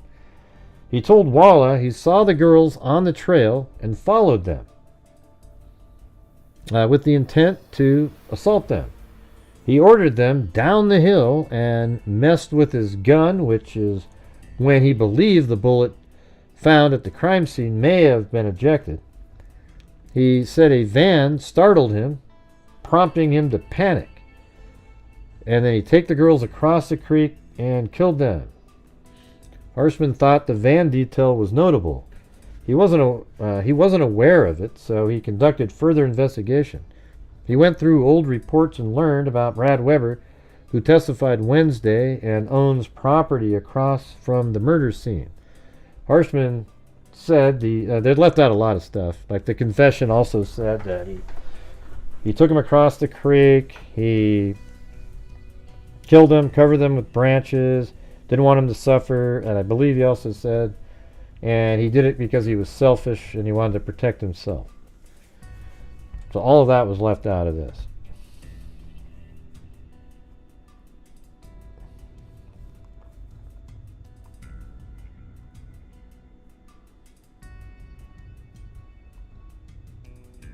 No, she never says she'd love him regardless. She never says that one time. He says, I just want to know if you still love me. Yes, you do, but she doesn't believe he did it.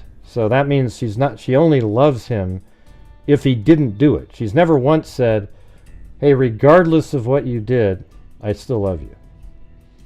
Yeah, that doesn't say that one time. She just keeps telling him, you didn't do it. Right. See, what do you think about the bullet found in this keepsake, similar caliber? I think it's the same type of bullet. Cartridge, I guess. Could he have ejected 2 cartridges that day? Yeah, he could have, but apparently they tested that one. It didn't look like it was... it doesn't look like it was... I don't know. I don't remember. You know, that's the whole thing. That's why I want the transcripts. And definitely, if I get the transcripts, we're going to go back. We're going over the entire thing. I hope you guys don't mind, but I want to know what was actually said, not notes. Some people took good notes, but there's a lot of stuff they don't take because they didn't realize it was important. That's why.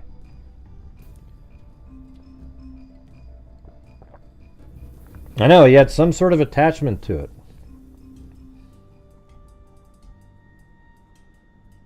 Yeah. I don't mind. Love to hear.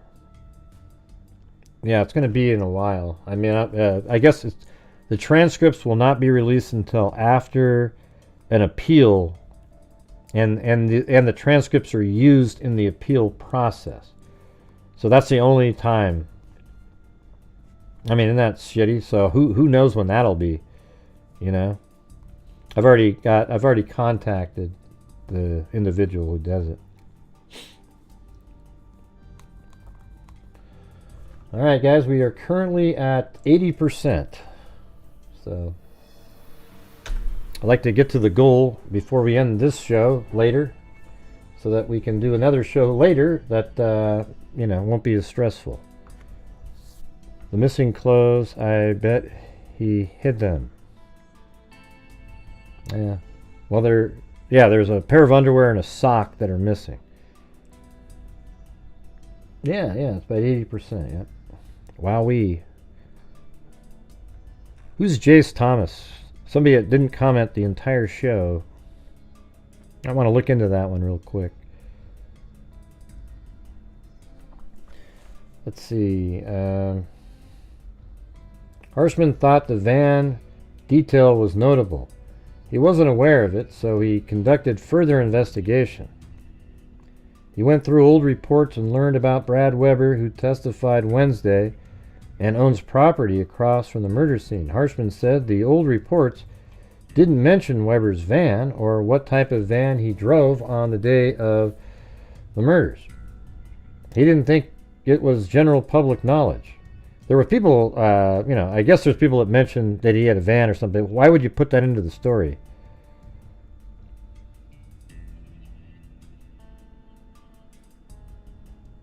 Let's see.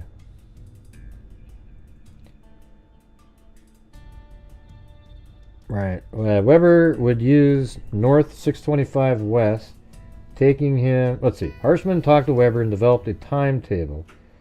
He knew Libby German's phone stopped moving at 2:32. It's actually 2:32 and 39 seconds.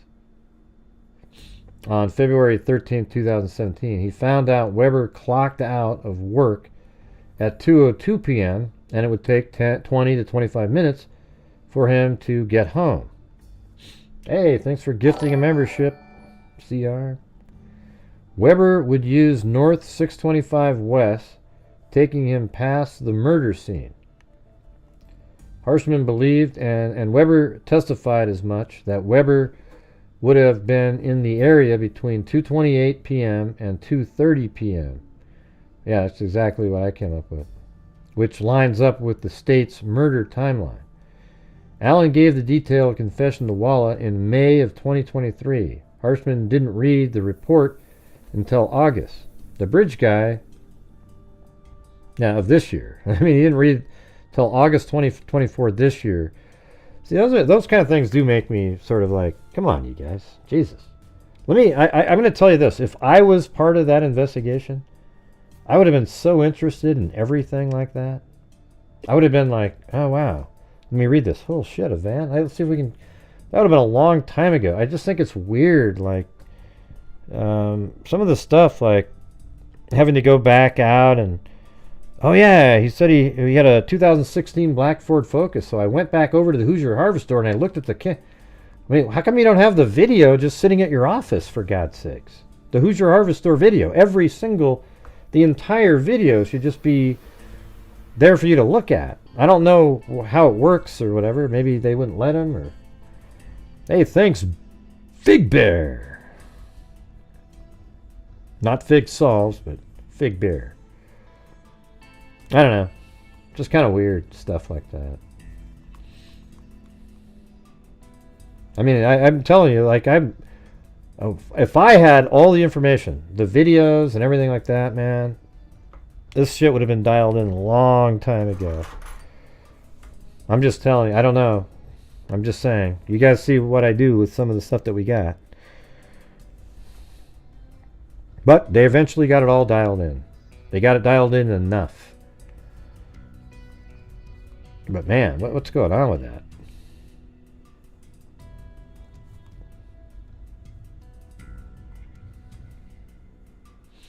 Yeah, and all the errors that they have are ones that would help them. I guess the sticks they could claim don't help their client because maybe there was some other Odinist DNA in there.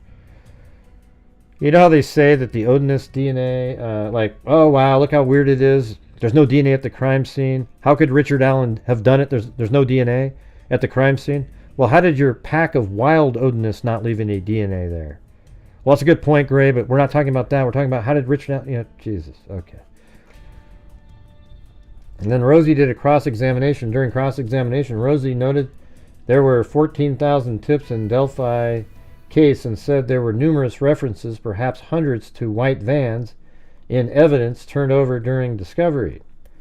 Rosie tried to poke holes in Weber's van testimony. He also asked Harshman if he considered Weber a suspect since his van was near the murder scene at the time of the killings. No, Harshman responded. They did look at his gun, though, for sure.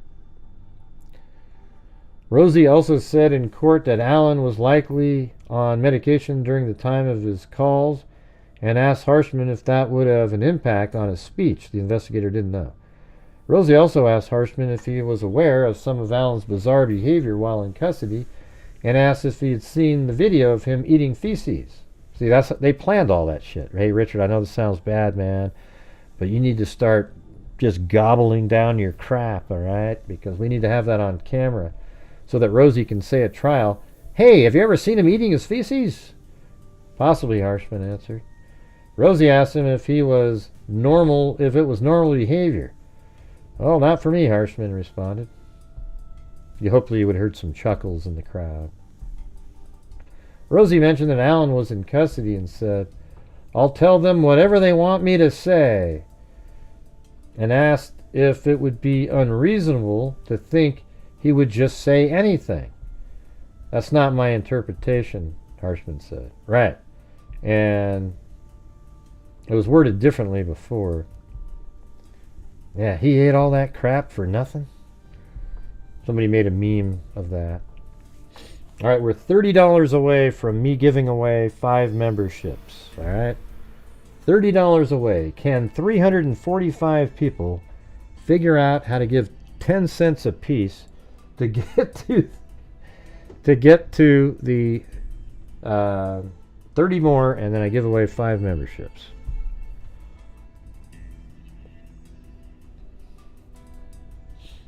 Rosie mentioned that Allen was in, let's see. Rosie asked him if that was normal behavior. Not for me, Harshman responded. Rosie mentioned that Allen was in custody and said, I'll tell them whatever they want me to say, and asked if it would be unreasonable to think he would just say anything. That's not my interpretation, Harshman said.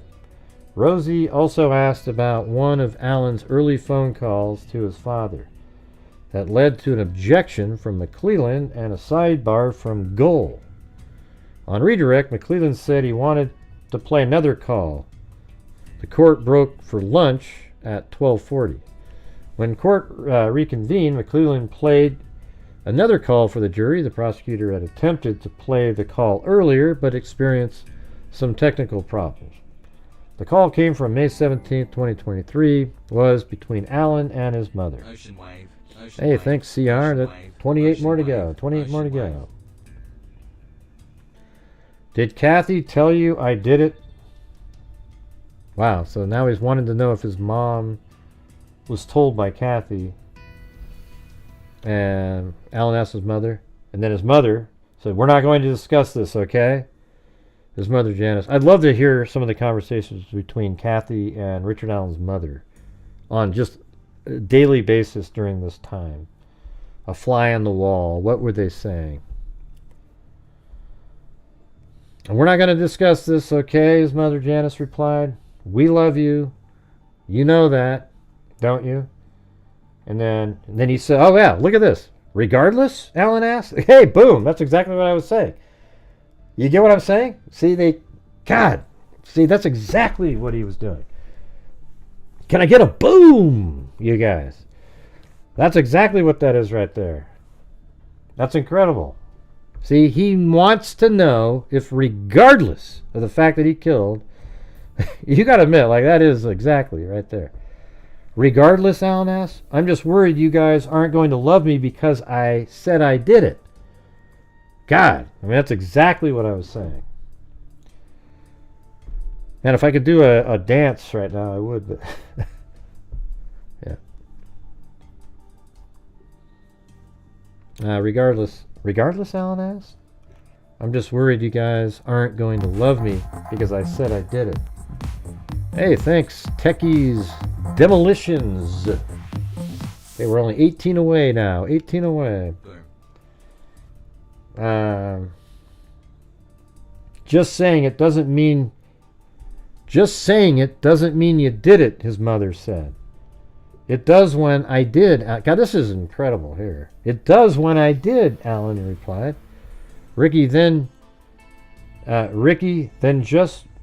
They're just messing with you, he said. No, Mom, they're not, he said. So if I said I did it, you wouldn't love me anymore? God, this is exactly what I was talking about. I will always love you no matter what. You can count on that, his mother said. So he finally got that, sort of got the answer there. Well, it's a mother. But he wants everybody to love him. Now, I feel like reading that part, that whole thing again. Do you guys mind? I mean, that was amazing. I don't think I've ever read this confession here. I've seen references to it, but not this detailed. Did Kathy tell you I did this? To his mother. We're not going to discuss this, okay? His mother, Janice, replied. We love you. You know that, don't you? Regardless, he asked. I'm just worried you guys aren't going to love me because I said I did it. Just saying it doesn't mean you did it, his mother said. And then he goes, it does when I did, Alan replied. Ricky, they're just messing with you, she said. No, Mom, they're not, he said. So if I said I did it, you wouldn't love me anymore? And then she says, as being a mother, I will always love you no matter what.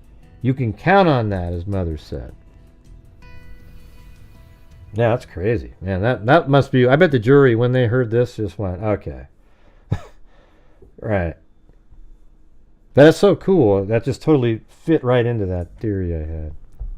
All right, we're 18 away from me gifting away 5 memberships. After the call played, McClellan told the court there have been some issues with Alan since he's been moved to the Cass County Jail.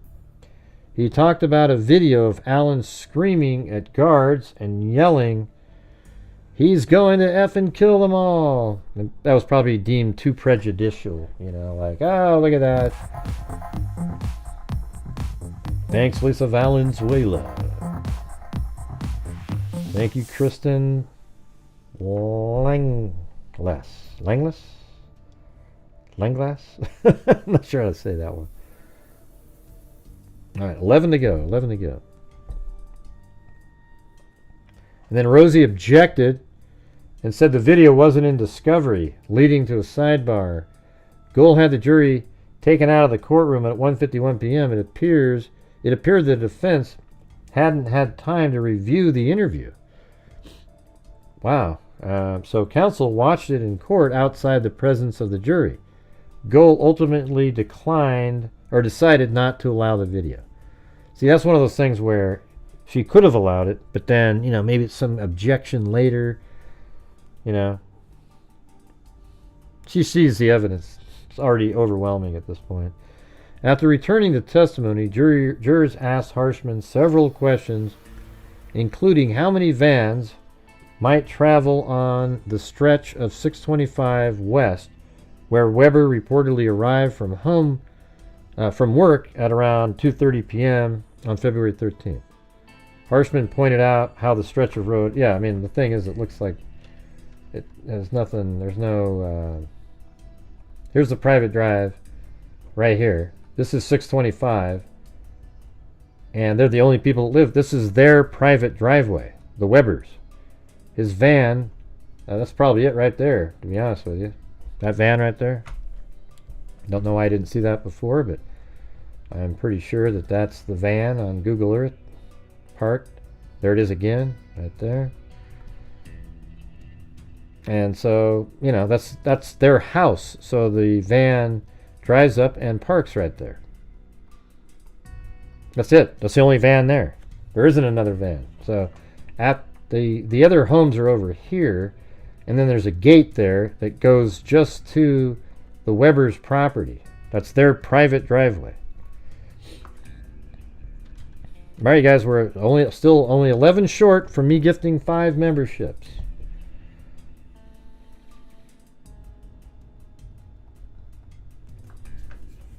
After returning to testimony, jurors asked Harshman several questions regarding how many vans might travel on the stretch of 625, and then shortly before 4 p.m., the prosecutor rested. Now the defense will begin calling their witnesses to the stand for testimony.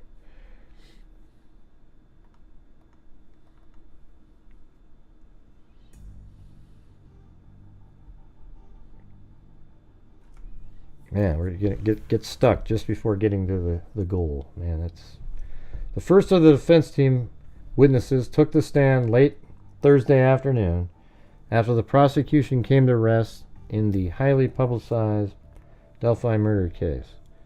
Let's see. Let me scroll down. The first witness, called Cheyenne Mill, was the first witness called by Allen's attorneys. Mill was out walking. I have texts and things from her that seem pretty similar to what she's saying here. Mill was out walking the trails and the Monon High Bridge on the day Abby and Libby vanished. We needed $11 to reach the goal. And then it says, Mill told jurors how she arrived at the Delphi trails at around 2:50. She must have came in from the west, because you would easily be able to prove if she drove by the Hoosier Harvest Store coming from the west. She must have came from the east. So she would have just parked and then not gone by the bridge.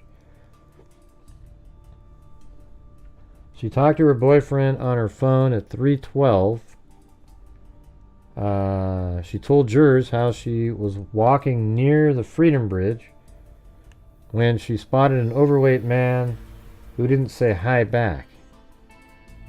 The Freedom Bridge? I don't think she went to the Freedom Bridge. I think that's an error there. I don't know, that sounds weird. She later described this man as an old man who had a camera. That's actually the flannel shirt guy, McCain. Nope, thanks, Allie Cake. We are still something, I don't know, what is that, $9? She later described this man as an old man who had a camera around his neck. Mill then walked to the Mona, so I guess she did go to the Freedom Bridge. Interesting. So 2:50, then that would probably take 10 minutes to get to the Freedom Bridge. Then turn around. Mill then walked to the Mononai Bridge and crossed the bridge. She took some photos around 3:50 p.m. During her time in the area, she told jurors she didn't hear anything unusual and didn't see anything in the wooded area.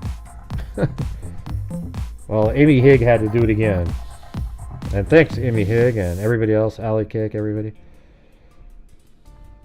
Jeez. It's been a tough night. Thanks, CR's unique take. And here we go. I'm putting 5 memberships back in there for you guys. Ocean wave. Ocean wave. Here we go. So we got Mac, Stacy Payne, Amy Pearson, Lydia Thambosh, and C. Love are all gifted memberships. Hopefully none of them are trolls.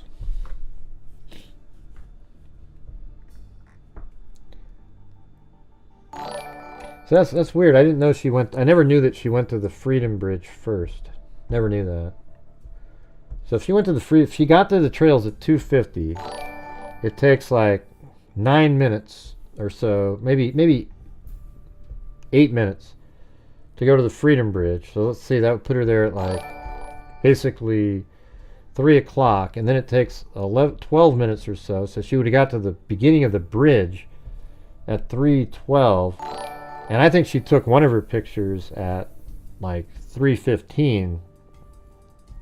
But she says she took all her pictures at 3:50. I don't agree. I don't agree with that. I've actually done the shadow analysis on the one, and that looks like right when she got there, and then at the other end of the bridge, yes, her photos were later.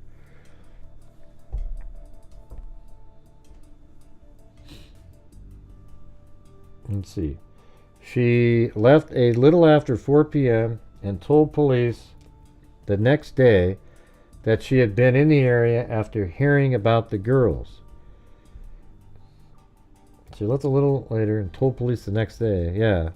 She met police at the Indiana beach and what's the Indiana beach? I don't know what that is. And gave them her account. She said 6 months later, the FBI contacted her and notified her that her phone was pinged as being at the High Bridge on February 13th. Mill began crying on the stand when she talked about how she's experienced doxing from online. Yeah, these people are sick people out there, you guys. These are the same people, whoever you are, if you have something to do with true crime cases, these crazy whack jobs on the internet, they try to create issues for you in your life. And that's what sucks about doing this, but I keep doing it, because this is what I want to do. And it sucks for people like her, I mean, sure, we, try to talk to her and stuff like that at the time, but it was never, nobody was doxing anybody or trying to, hey, look, here's her, here's her number and everything. It's stupid.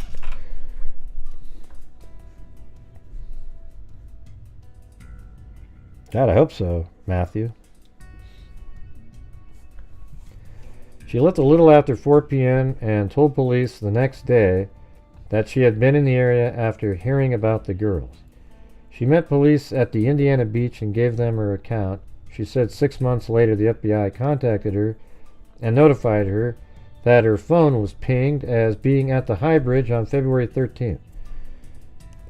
Mill began crying on the stand when she talked about how she's experienced doxing from online vigilantes who follow the case. Yeah, 'cause she must have done it then. These people are so stupid. Just the Kelsey Did It fan club are some of the dumbest people on the planet. Well, 'cause there was a hair in Abby's hand. Have none of the clowns you've been watching explained to you that, when women have long hair, by the way, when you're putting on sweatshirts and stuff, the way you have to grab it, you pull your hair sometimes. Who cares? Right? But the thing is Abby was wearing, twice during that day, she was wearing Libby's gray sweatshirt with a hoodie, and then she was wearing Libby's sweatshirt. So of course there's going to be if the hair is in there and was already determined to be Libby's female Libby family member, it's meaningless at that point. And I totally understand why law enforcement didn't do, a direct comparison to a family member. It doesn't have anything to do with anything at that point. If it was a male hair, then okay, we got to take a look at this thing. Or if it was an unknown female hair, you got to take a look at it. It wasn't. I hope to God the Patty family sues all of those people that have gone after them and Kelsey when she was just a kid, over and over and over again. They do it. They still do it, man. These people are certifiably nuts, and they have a case too. This isn't like they would win that case in 2 seconds.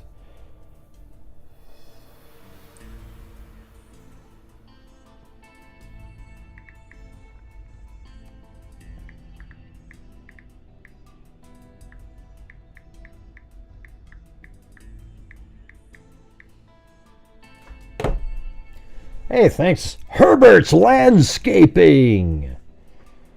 What did you say you're out of? New York? Is that what you said?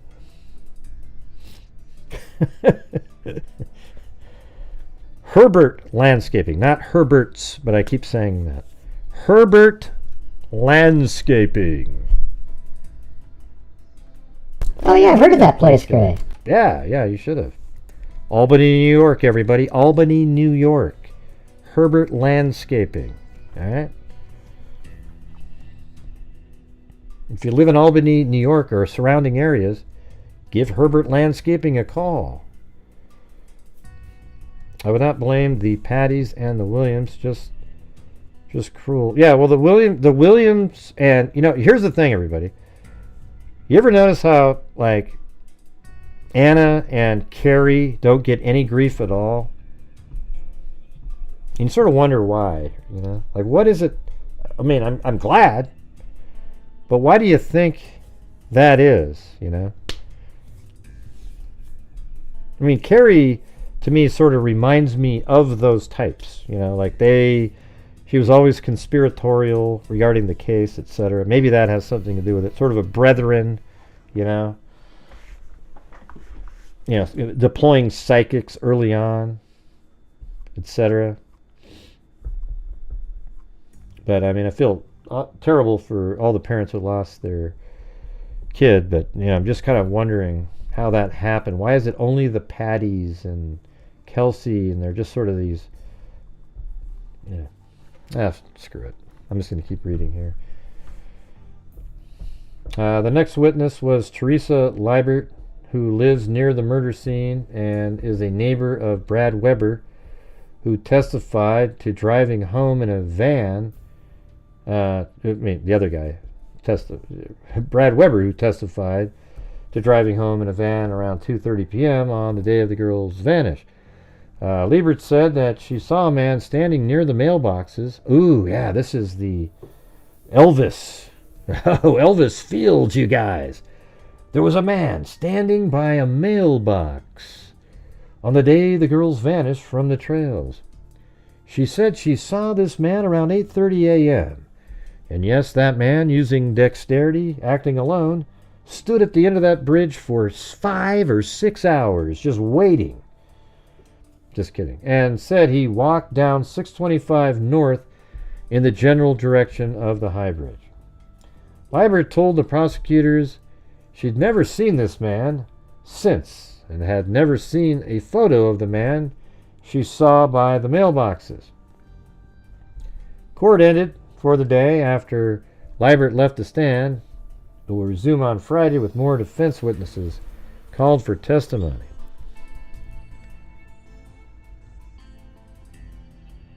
Right, that's right, Kelly, yes. I thought you remember, Kelly, yes. What happened?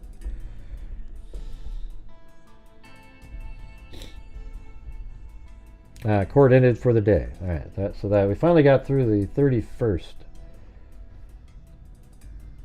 Let's see how big the November 1st is. I don't know. How long have I been on here? Only 2 hours and 9 minutes. That's short. That's a short thing.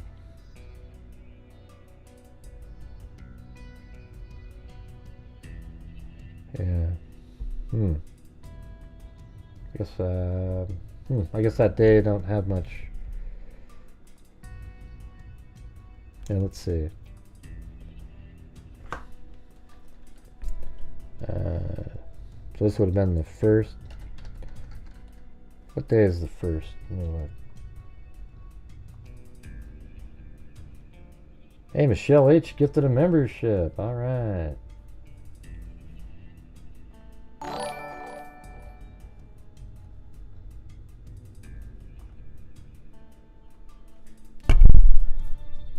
What the hell's going on? Jesus.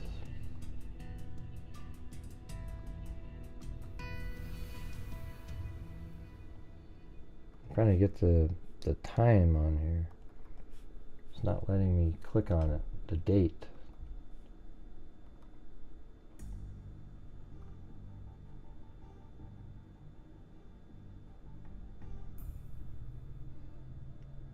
Oh, there it is. So that was Friday, so there should be something on there. Hey, Jenny and the Summer Day. Welcome. All right, let me.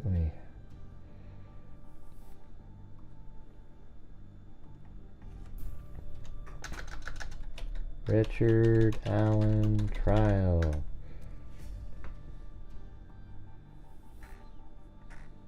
November 1st. Let's see what date this one is. Oh, that's the defense resting. That's November 6th. So that's the 1st, and then I guess it would be up here. Let's see what that one is. Oh, that's the closing. Okay, that's later. I'm not sure why that's up there.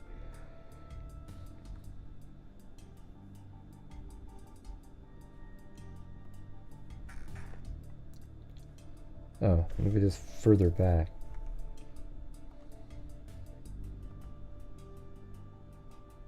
No, that's from the 1st. Oh, good. There we go. All right. Awesome. All right. Let me just rename that one.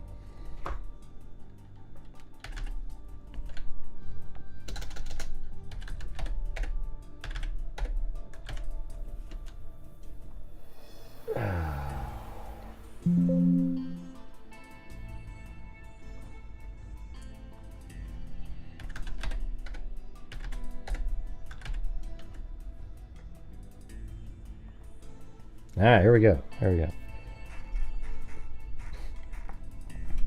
This will probably be the last one. We'll just do the 31st and the 1st. Alright? I mean, I don't know about you guys, but I think it's kind of interesting going through these again. Because they have different... Some things they did better here, and some things they did worse, but there's definitely information. That's why we need the transcripts so badly, you guys, because the transcripts will have everything in it. Day 13. This is the on November 1st. About the mental deterioration of Richard Allen before turning to the hasty nightmare search for the missing girls and ending with the... Let me just go down to here. Brad Heath was the first witness, and I actually interviewed him years ago. After lunch on Friday, he lives just outside of Delphi, and he's a very religious person, like really, like almost overly religious, and drove to Anderson Grain Elevator while working on February 13, 2017. He said he drove past the old CPS building near the Mononai Bridge trails at around 8:45 a.m. and spotted a parked vehicle about halfway down the road. And I made a video on that a couple of years ago. Like I said, hey, was there another car? He was parked. That car that he was talking about, he said, was parked like right there. Not at the abandoned CPS building, but right there. Halfway down the road when he drove past... I wonder if they got that information because they saw my video. And because it mentioned the second vehicle, that's like, ooh, it can cast doubt. It can cast doubt. I wouldn't doubt that at all. These guys relied on YouTubers and stuff like that. I actually think that they watched a video that I made with Brad Heath and talking about a different car location. And I guarantee you they used that. He said the vehicle was still there. He described it as an old vehicle that was a faded dark blue. He estimated the vehicle was a late 80s or early 90s model. Now, I sort of wonder if that's the car that Betsy Blair saw and then conflated it with the car that was backed in at the abandoned CPS building. Just looked out of place, he said. He told police about the vehicle 1 week after the girls died and spoke to law enforcement several times over the course of the investigation. And then it said, when asked how far he was away from the parked vehicle, Heath estimated 150 to 200 feet. He said he didn't notice if there were any other vehicles parked at the old CPS building. During a cross-examination, Heath clarified the old car he saw was not parked in the parking lot of the CPS building, but about halfway down the road near the building. Prosecutors... Wait, what do you mean, near the building? What do you mean by that? What's he talking about? Halfway down the road near the building? What building? I mean, all you have is this building here, and then halfway down isn't near anything. Halfway this direction is near... I don't know. Again, that's why you need the transcripts. When asked how far away he was from the parked vehicle, he said 150. Okay. During a cross-examination, he clarified, we just went over that. Prosecutors have previously laid out testimony that included footage captured from the CPS building that they believe is Allen's 2016 black Ford Focus SE. David McCain, so the High Bridge photographer, David McCain took the stand next and told jurors he was out walking on the Monon High Bridge that day.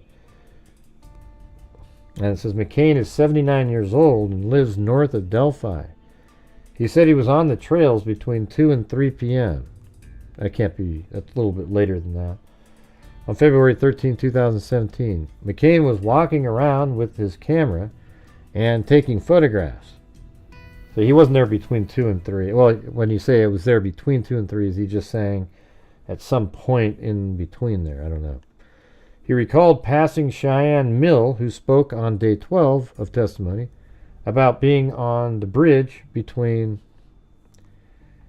He recalled passing... so Cheyenne talked about being on the bridge between 3 and 4 and seeing an old man with a camera around his neck.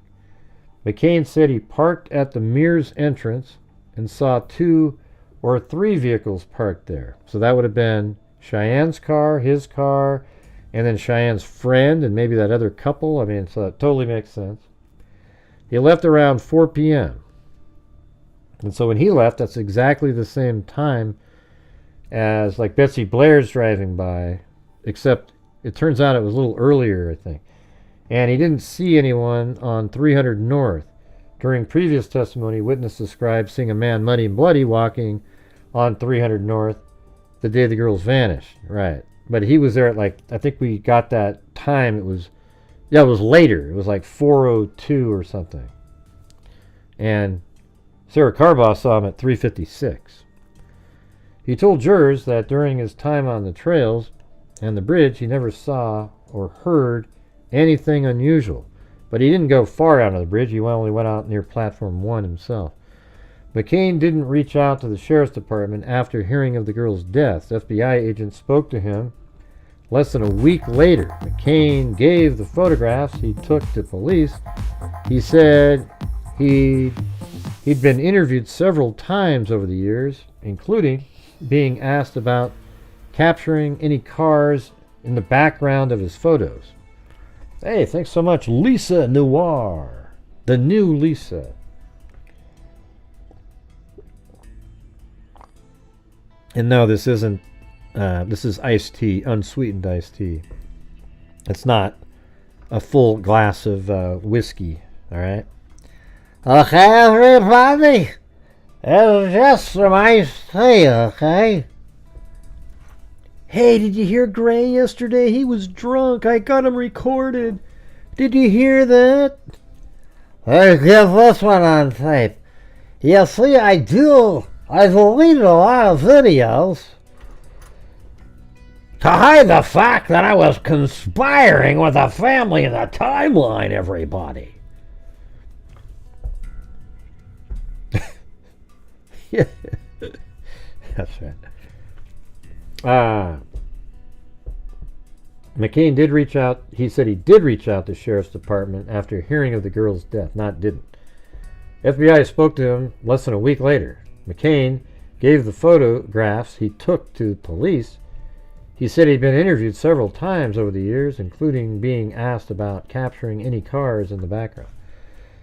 Yeah. Let's see. Delphi native Daryl Sterrett told jurors about taking part in the nighttime search for the missing girls. Sterrett has served in the Delphi Fire Department for 36 years, including a stint recently as fire chief. Sterrett told the jurors about how he helped organize the hasty search on the night of February 13th. Then my thought was they were hunkered down, cold and scared, waiting for us to find them. The search party consisted of 5 or 6 people and began at around 9:30 or 10 p.m. So that means there was a lot of people there, though. There was people before that. I don't know what the hell he's talking about. Former Delphi Police Chief Steve Mullen and former Carroll County Sheriff Tobe Lesenby directed the search. Maybe they're just talking about their own people. Sterrett said he drove his own personal vehicle and parked on Teresa Leibert's property on 625 West. He walked down a private drive towards the Mona High Bridge, much like Elvis Fields, everybody. The search lasted until 2:30 a.m. and didn't find the girls or any sign of them. Sterrett said his party searched in the general area of the High Bridge. He thinks they briefly searched the east side of the bridge along with north and south of creek. He thinks he did, but north of the creek would be where the girls are. That's why they wanted him to say that. Police and family members were also searching during this time frame, and Sterrett recalled seeing flashlights across the creek as people searched for the girls. Right, but you don't know where. See, this is where, like, Snake goes, oh, they were right there at the crime scene. You don't know where the hell he saw those, okay? And, by the way, they weren't looking for anybody dead. So they were kind of like, they were using flashlights that were pointing out in a different direction. Police and family members were also searching during this timeline, and Sterrett recalled seeing flashlights across a creek as people searched for the girls. He said it was very dark during the search. Did you check the creek? Somebody may have, he said. After checking the deposition, Sterrett recalled that people did shine their lights into the creek and didn't see any clothes. Alright, so what they're trying to imply is, along with the cell phone, having something plugged into the jack, they searched the creek. I guarantee, the clothes were on the other side of the creek. That's why they didn't see anything in the creek. They weren't looking for clothes in the creek. And they mainly looked downstream from the bridge. But they're also trying to make that the jack, Okay, so there's no clothes in the creek. There was flashlights across. They didn't find the girls. And somebody put a plug into her phone the next day. So, hey, we think that they were brought back there. Just complete garbage. It doesn't make any sense at all. The phone never moved again after it was underneath the body. No, Kelly. Richard Allen was never a suspect in the case until they found his name in a box of tips. I thought you were here during all of that. The girls' bodies were found southeast of the cemetery along Deer Creek on February 14th. It was noted that during Sterrett's testimony, he couldn't recall details of the search or the night and had to reference his deposition. Steve Mullen returns to the stand. Former police chief Steve Mullen was called once again to the witness stand as the defense team pushed on his previous testimony and attempted to poke holes in the prosecution case. Mullen was questioned about the deleted interviews from the early days of the investigation when an error caused the police station DVR to record over numerous interviews conducted by police in the days after the girls vanished. Special Judge Fran Gull has previously ruled that these interviews were deleted due to human error, not in bad faith. There was nothing I could do to recover the interviews, Mullen said. And I think it'd be important to know is like when did that happen, right? Like if that got written over 5 years ago, what does it have to do with Richard Allen? Nothing. There was nothing I could do to recover the interviews, Mullen said. Dozens of interviews were lost according to Mullen's testimony, though some video was recovered, but without audio. Mullen agreed with the attorneys that an interview without audio wouldn't be very helpful.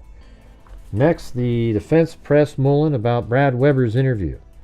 Weber provided potentially damning pieces of information in the testimony when he told jurors that he returned home from work around 2:30 p.m. on February 13th in a white van.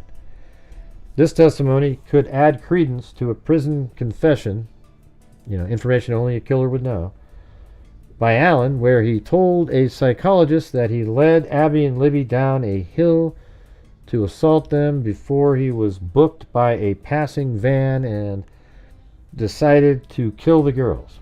Weber lives near the murder scene and traveled down an access road on 625 North that sees little traffic. The defense pushed on Weber's account, trying to discredit the testimony on day 11. When Weber testified, the defense implied that Weber didn't drive straight home. Let's see, on day 11, when Weber testified, the defense implied that Weber didn't drive straight home from work, instead stopped to work on ATMs or drop off a trailer. This would change his timeline and not put him at home at 2:30 around the time Libby's phone stopped moving at the murder scene. Yeah, I mean, it's a pretty big deal in terms of a piece of information only the killer would know. And it would actually show, I guess you could say, even on from the defense team, it would show that that was something he just made up. Because if you could prove the van was not there at that time, then it would be something he made up. But yet again, he still mentions that, he covered the girls with branches. And remember, at this time, the Odin document hadn't come out for quite some time after that. So, let's not even say that. The discovery, he didn't, let's see, when he made that confession, I guess he would have seen the discovery at that point, because that was like May 10th. So he would know about the branches. But, I mean, why would you tell a story that's so filled with factual information? And by the way, I don't know. Let me just keep going through this. The van part, it's a big deal in terms of showing that he knew something only the killer would know. However, if the van is something that wasn't true, that literally his van was somewhere else, that causes a problem for that piece of information. Although the rest of the confession is still intact, the key part of that confession is that it has information that only the killer would know. The defense pushed on Weber's account, trying to discredit the testimony on day 11. When Weber testified, the defense implied that Weber didn't drive straight home from work and instead stopped to work on ATMs. This would change the timeline and not put him at home at 2:30 p.m. around the time Libby's phone stopped moving at the murder scene. Weber denied this, saying those events occurred at another time. Are you aware if Brad Weber has changed the story? Defense attorney Andrew Baldwin asked Mullen. Yes, there is some conflict about it, Mullen answered. Mullen said Weber has a side job working on ATMs. He owns these ATMs. But did tell Mullen he drove straight home from work on February 13th. Yeah. That's right, you guys. If you're out there and you want to help support the channel, that'd be great. Keep the good month going here. Keep the good month going. If not, that's okay. We reached the goal earlier. But I have to throw it out there because that's what I do on here. I try to bring in the revenue. Mullen said Weber had a side job. And then down here says, Baldwin pointed out that Weber owned a 6 Sauer, and that was the same type of gun that Allen owned, which prosecutors linked him to the murder. Murked him, let's see. 6 Sauer, the same type of gun that Allen owned, which prosecutors linked him to the murder through. But during cross-examination, Mullen revealed that Weber's gun was collected and tested, but wasn't found to be a match for the unspent round found between the girls' bodies. They said it couldn't be excluded, though, but it wasn't a match. The defense continued to lean on Mullen, asking him why sticks were placed on the girls' bodies. He said, I don't know. He was asked when law enforcement learned the psychologist Allen spoke to in prison was a true crime fan who followed the Delphi case. He said, I don't know. He said when, I guess he was asked when, I don't know. He was asked when law enforcement learned, oh yeah, when they learned it. He says, I don't know. He was asked if there was ever an Amber Alert for the girls. He says, I don't remember. Hey, thanks, Kami, the Reading Fund. He was asked if Richard Allen was ever mentioned in the thousands of tips they received. He said no. And Richard Allen was kind of a loner, you guys. You know, quietly playing pool. You know, I think he was a creeper on the internet. You know, much like these psychos that are, you know, in the, what's it called? The Bad Actors Club out there. Whew, those guys are nuts. When asked about the search for the girls on February 3rd, let's see. He was asked if Richard Allen was ever mentioned in thousands of tips. No. He was asked how many times Allen confessed to the crime before going to Westville Prison. He said none. When asked about, but he went to Westville Prison pretty quick. When asked about the search for the girls on February 13th, Mullen stated he was not aware of any searchers going within 100 yards of where the girls were found.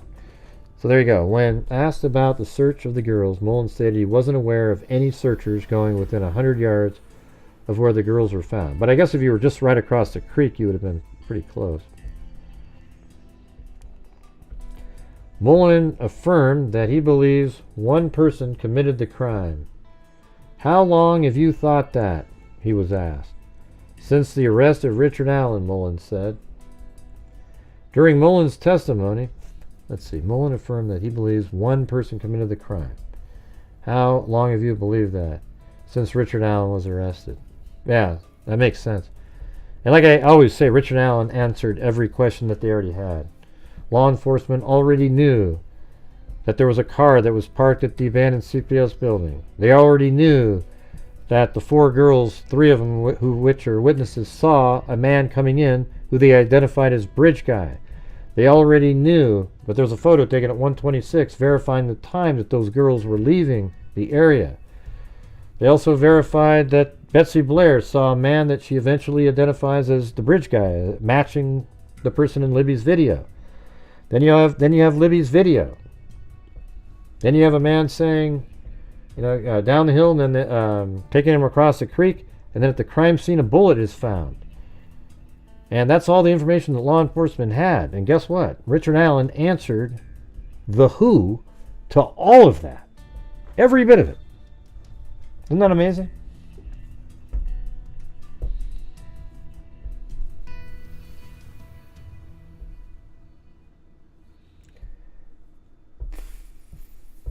When asked about the search, okay, Mullen affirmed that he believes one person committed this crime. How long have you thought that? He was asked. Since the arrest of Richard Allen. During Mullen's testimony, it was also revealed there were trail cams in the area, but not pointed in the direction of the girls' bodies. Seems like, well, I hope they checked them. Prosecution cross-examined Mullen. Not only did the police chief... I mean, because here's the thing. If they didn't check those cameras, that would be one of those things I'd just go, what? Because I would have got those there. I would have sat there and looked at every minute of those, hoping to stumble upon something. I've done that, like in the Kanika Jenkins case. I spent hours, I'd say hundreds of hours, looking through those surveillance footage just to find one glimpse of her maybe being somewhere. And then once we sort of figured out like her path in the building, you didn't need to, I guess there was some you didn't need to look at, but you can't figure out the path until you know the path.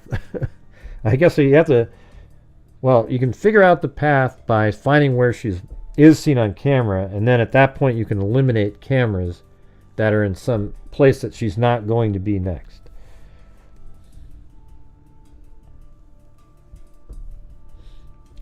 Prosecution cross-examined Mullen. Not only did the police chief deny feeding Weber information... Okay, hold on. Let's see. During Mullen's testimony, it was also revealed there were trail cameras, but they weren't pointed towards the girls. Prosecution cross-examined Mullen. Not only did the police chief deny feeding Weber information about the van, but Mullen stated phone records backed up Weber's account of driving straight home after work. See, that's huge there. So if they have that, then screw the ATM shit. That has no meaning at all. Mullen said Weber handed over his Sig Sauer, which was taken to the lab. It was determined that it was not the weapon connected to the bullet found at the crime scene, Mullen said. Former sheriff takes the stand. Former Carroll County Sheriff Tobe Lesenby took the stand after Mullen. He was sheriff from 2015 until 2022. And then, of course, Mullen had to quickly, or Tony Liggett, I guess, had to make an arrest quickly and just dump it on Richard Allen so he could get elected, even though he was a shoo-in. Yeah.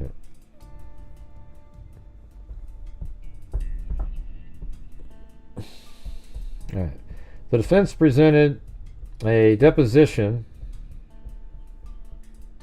Lesenby said he didn't play a huge role in the investigation. Thank God for that, by the way. When asked how many people he thought were involved in the murders, he said that initially he didn't know, but after Allen's arrest he believed it to be only one person. The defense presented a deposition from August 2023 where Lesenby referenced believing that multiple people could have been involved. You felt 10 months after his arrest that at least 2 people were involved, Baldwin pointed out. Lesenby pointed out that in the early days of the investigation, some of the investigators, including current Sheriff Tony Liggett, believed multiple suspects could be involved. Right. Why I never did. I can tell you that I never thought there was more than one person involved in this. I didn't, the whole thing about, hey, there's 2 voices at the end of the bridge, total garbage. It's just obvious, it says guys down the hill. It's the same guy in the video. That's their suspect, and they confirmed that at one point. I think, nobody knows if there's somebody else at the crime scene, but I don't understand the confusion that people have. It wouldn't take human strength to do anything that happened in this case. I mean, extraordinary human strength at all. A gun allows you to get the people to do all the things that other people are claiming. He would have had to drag Libby like 20 feet or something. So what? He wasn't weak back then. That's what I was saying. Carter always said there was one person, but I was just wondering if Carter thought there were, he might have thought there was other people at the crime scene, but yeah, Carter always said that. I think I said that a minute ago. I was trying to, but then I stopped myself. Lesenby pointed out that in the early days of the investigation, some of the investigators, including current Sheriff Tony Liggett, believed multiple suspects could be involved. It was based upon the totality of the information provided to investigators at that time period, Lesenby said. During cross-examination, prosecutors pointed out how Lesenby admitted, and by the way, he was looked into a couple times, I guess, admitted to not knowing much about the investigation. The defense pointed out he was sheriff at the time of the girls' murders. Prosecutors pointed out how Lesenby admitted to not knowing much about the investigation. The defense pointed out he was sheriff at the time of the girls' murders. The jury asked Lesenby how many murders he had personally investigated. He said he hadn't personally investigated any. That's why he wasn't part of it. Testimony ended up for the day after Lesenby stepped down from the stand. A few motions were discussed, including a motion asking FBI agent Adam Pohl to be able to remotely testify. Pohl wrote the report that included Weber's interview about driving home in his van on February 13th. Pohl is unable to travel due to working in Texas, and the defense wanted to speak to him about Weber's account as they continue to look to poke holes in his story. But you know what? The phone, I could easily see somebody remembering something from a different day and going, let's see, yeah, okay, I think I went, But his phone, as Liggett said, shows that he did drive home. Gold denied the request to allow Pohl to remotely testify. I wonder if that'll come back to bite them, unless there's absolute proof. I don't know. She didn't allow this FBI agent to testify because he interviewed Weber, and apparently he had conflicting information in there. Gold denied the request to allow Pohl to remotely testify. Gold also denied yet another motion made by the defense that asked for them to present their alternative killing theory. The defense argued that some of the trial testimony reopened the matter, while the prosecution countered by saying it was the defense who reintroduced the elements of their theory. Yeah, it was the sketch part was what the Betsy Blair brought up, and they were hoping to bring that up in there. So anyways, there you go. We made it through. I wonder if there was more on that day. Let me see if I go back. Was it that one? That's the third. Is that the second? Fourth?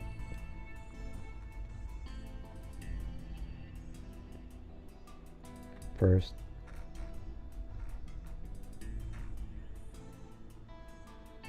I guess that part I didn't do. This one was also on the first. I guess we have to do this one too. Darn it. Shit. This one's also on the 11th. Or first, I mean. Excuse me. Here, I'm going to mark it down. We're going to need some more reading funds, you guys. Great, does that mean you won't do it? No, I'm still doing it anyways, but hoping you guys support the channel.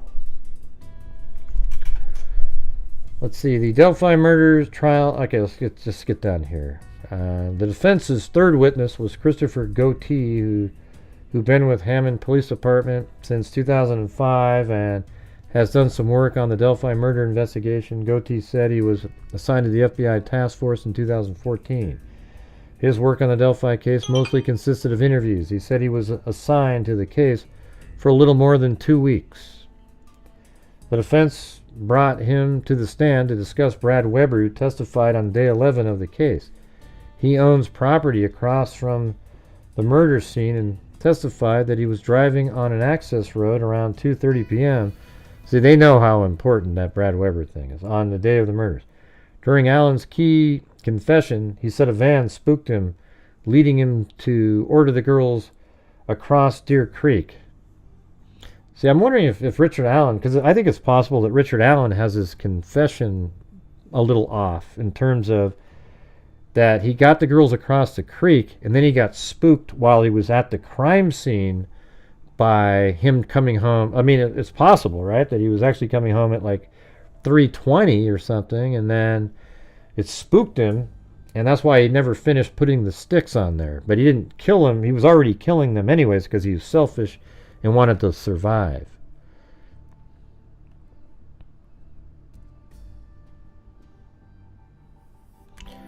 Hey, I got a question in the chat, everybody. I love the book Grant A. Voice Gray. _ basic generous. Gray. This idiot named Jenny made a comment, and they said, Gray, when did you start talking to Dr. Waller? Well, let me ask you something, Jenny. When did you start beating the hell out of your children? I'm just wondering about that. What date did you start beating the hell out of your kids? Huh? Let me know what date that was. I can tell you this. I've never spoken to Dr. Waller, nor did I even know that she followed my channel. Never even heard of her until she showed up in some documents regarding the case. All right. Don't you love it when people assume, like, that's the same thing. When did you quit beating your wife kind of comment, you know? Hey, when did you start talking to Dr. Waller? Like, it's already assumed. It's already, I did talk to her, right? Like, it's assumed that I talked to her. We just want to know what date it was, Gray. Right. Yeah, that's why I don't think he was spooked over there, Jenny. Okay, moron? That's what I always said. What I always said that it was they took them across the creek, and he was spooked on that side later, after he was already putting the sticks on them, and that's why he never finished putting the branches. Yeah. It's like, try to pay attention a little bit there. All right, Jenny? I know you come in here to troll, but that's all right.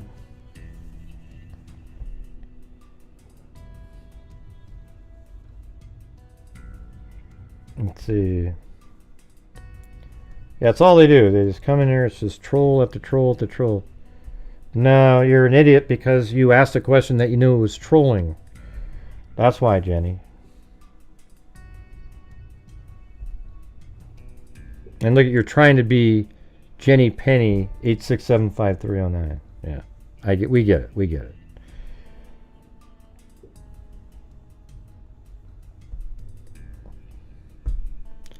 There wasn't that many sticks on them. Yeah, there was just a couple branches. He was just starting to put them on. That's my opinion.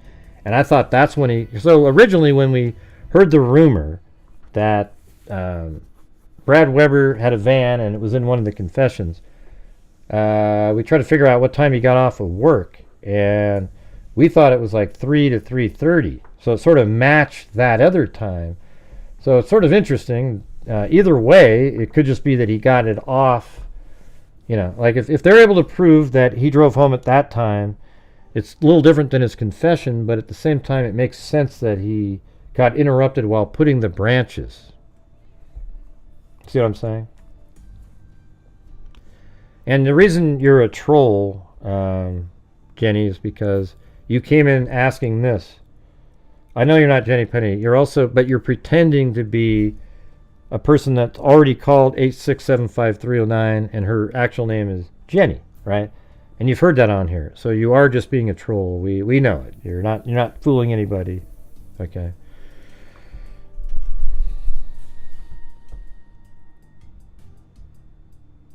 Yeah. Scary, some of these people out there. I think it's time for a troll fund, everybody. Come on, let's go. Let's go. Yeah, sorry, Jenny, you're incorrect. All right, we're going to have to get rid of you now. You just put out false information for the 4th time. You already got your 3. See you later. Have a good one. Her body was not pristine. She had dirt on her back. She had blood underneath her. You're incorrect. The blood, I'm sure she had blood on her neck because it went down the side into the ground.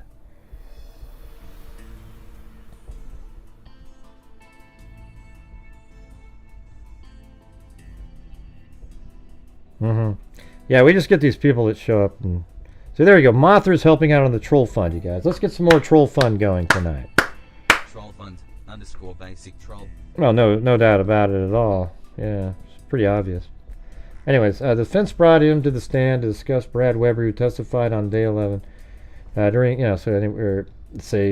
Alan's key confession, he said a van spooked him. Auger showed him a report from February 19, 2017. So that's only 6 days after the homicide. To refresh his memory, he'd spoken to Weber on that day. However, he couldn't say if Weber told him he went straight home after work. The timeline is especially important for the state's theory on how and when the murders played out.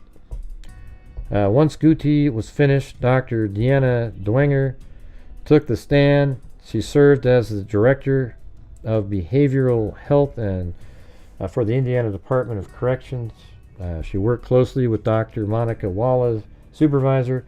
Walla is the clinical psychologist who treated Allen at Westville Correctional Facility and testified about his detailed confession. The defense noted that Walla was a true crime fan who had been deeply interested in the Delphi murder case. So there's no troll fund anymore, you guys? Remember how you guys used to punish the trolls by supporting my channel? Now you kind of reward them. The support drops off. It's kind of sad, actually. By Dwenger's account, Walla informed her she had special interest in the case in the early 2023 after Allen was assigned to her and even recommended some true crime podcasts for her. And even recommended some true crime podcasts. Oh, okay. She did. Dwenger testified she thought it was unusual for Walla to visit a crime scene related to someone she was working with. It was revealed in court earlier this week that Walla traveled to the area near the Mononai Bridge where the girls were found dead. Dwenger said the visit happened before Walla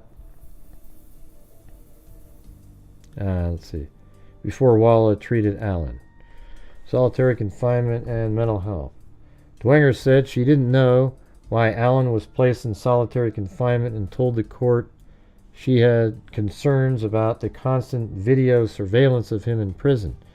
She recommended that cameras be removed, although that didn't happen. She also said she was told that other inmates regularly threatened Allen. She didn't hear any of those threats herself. There we go. Look at, there's some troll fun by Lisa Noir. Adding that the longer someone is held in solitary, the worse their mental health can get. She said it was DOC policy that someone with serious mental illness shouldn't be in solitary for more than 30 days. Dwenger said Allen was SMI and gravely disabled and told the court that long-term segregation can be harmful for a person's mental state. Someone in restrictive housing, such as Allen, gets more monitoring than treatment, although they would still receive treatment. She agreed it was not a therapeutic setting. And by the way, maybe earlier in the show you guys would have helped out on the troll fund. Not now. Let's see. Someone in restrictive housing such as Allen gets more monitoring than treatment, although they would still receive treatment. She agreed it was not a therapeutic setting and could be toxic to the welfare of someone with mental health issues. There are policies to make sure someone with SMI doesn't continue to decompensate, Dwenger said, but none of those policies were used for Allen. During cross-examination from Deputy Prosecutor Stacy Diener, Dwenger said Allen wasn't diagnosed as SMI until April of 2023, after Kathy called his attorneys. Walla advocated for a family visit. By Dwenger's recollection, Walla believed Allen was feigning symptoms. She asked a psychiatrist to see Allen. Then they discussed involuntary medication because the symptoms were getting worse and he wasn't sleeping. Haldol was administered to help him with his psychosis. The defense attempted to ask about legal action involving the DOC in 2012. That led to an objection from the state, which Special Judge Fran Gohl sustained. It was one of multiple sidebars and objections during Dwenger's testimony. Jurors had several questions for Dwenger. One juror asked if detainees under safekeeping order are kept in the general population. Dwenger said they were. Another asked if it was possible Allen was faking symptoms to keep away from the general population. Dwenger answered it was possible, but couldn't say for sure. Another juror asked if Dwenger heard threats directly at Allen. She said no. A fourth question asked if it was possible for a person to slip truth into confessions regardless of whether or not they were faking symptoms. Dwenger said it was hard to tell, but she's seen it both ways. Well, then yes is the answer. Dwenger answered a jury question about the process for a person with SMI who's under a safekeeping order and said the procedure was the same as it was for the general population. The final jury question asked what the DOC's primary responsibility was for safekeeper with SMI. Dwenger said safety was the primary concern. When court returned after the mid-morning break, the prosecution and defense sparred over videos of Allen in his cell and how much would be shown. That led to another break, and I think that's when the judge said, yep, we'll let these go. It appeared Gohl decided to allow videos to be played without audio. The debate wasn't finished there, however. The defense said it couldn't say for sure when the videos were from because of the way they were labeled in discovery. Gohl said they can use the videos if they can verify the dates. The defense will do some additional research and try to show them later. Allen's team will call additional witnesses after lunch. Much of Friday's proceedings have been taken up by prosecution objections and multiple sidebars, etc. So anyways, the judge allowed those videos to be played. I don't know if those are tomorrow, but we made it through the first. All right, cool. And thanks everybody for helping support the channel. Do you guys want, it's only like 2 hours long. Let me see how long this thing is.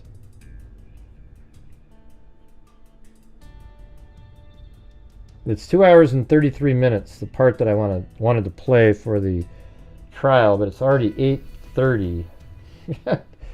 That puts it at like at 11 o'clock again. It's like, jeez.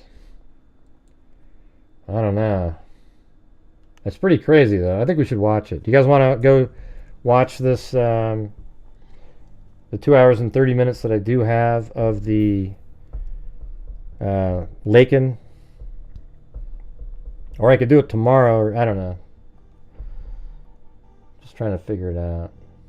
I could do it tomorrow in the day, and then, I don't know, I'll do it.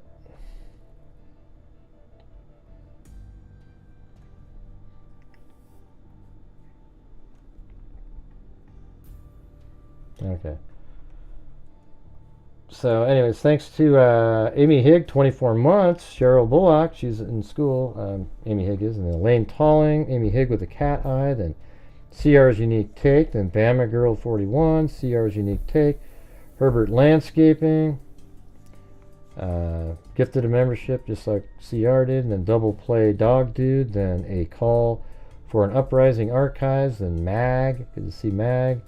Who's Your Mama, 20 months. Elaine Talling, 48. Fraz's Super Babies, gifted one. Then Michelle H. Alley Cake. Amy Higg again. Then Tina G. Then WNC Granny, CR's Unique Take. Susie Clue. Then It's Just Bella, gifted a membership. Then Faz's Super Babies. Michelle Kishel. Purses 57. Ruben Macias. Hart. S. Lap, Amy Higg again. CR's Unique Take, Wendy Van Rokel, Techie's Demolition, CR's Unique Take, Big Bear, CR's Unique Take. Thanks, CR's Unique Take. Toxic Tink, Techie's Demolitions, Lisa Valenzuela, Kristen Langlis, Alley Cake, Amy Haig again. She was like 35% of the whole thing. CR's Unique Take, then I Gifted 5, then Herbert Landscaping. Michelle H. gifted a membership, then Jenny and the Summer Day became a new member, then Lisa Noir, K. Me, Mothra, Lisa Noir, and KK, the other KK. Alright guys, well, I'll try to be back on here in like 10 minutes, something like that. I don't know. Anyways, thank you all very much for being here. We'll talk to you later. Hope you guys found that interesting. I did. I keep learning more stuff, as we're going through it again. But can you imagine when we get the actual transcript? It'll just be like, oh my God, look at this, look at this, look at this, look at this. All right, thanks everybody. We'll see you guys later. And until next time, be safe out there. Yeah, I've been And doing look, you this can true see your crime names thing over for there. quite a See while that? now. And during this whole time, I have not seen one person that is a crime dissector, plug rejector. I'm a certified human lie detector. Gonna get ya on a stretcher if you try and play me like an old projector. Crime sector is Hey, my thanks, nectar. Daniel Professor Gray's gonna Savoy. give another lecture. Crime collector, freak connector, and I'm always gonna be a pup protector. Fool deflector. That's cool, Danielle. And I'm meaner than a spectre with a vector on his. Well, we're going to go live here in a minute again for 2.5 more hours. I have no agenda. I'm no pretender. And I'll serve it to you straight without the blender. And in the end, I'm gonna send ya on a mission to reveal the true offender. Yeah, so I'll just get right back to work. All right, everybody? Talk to you later.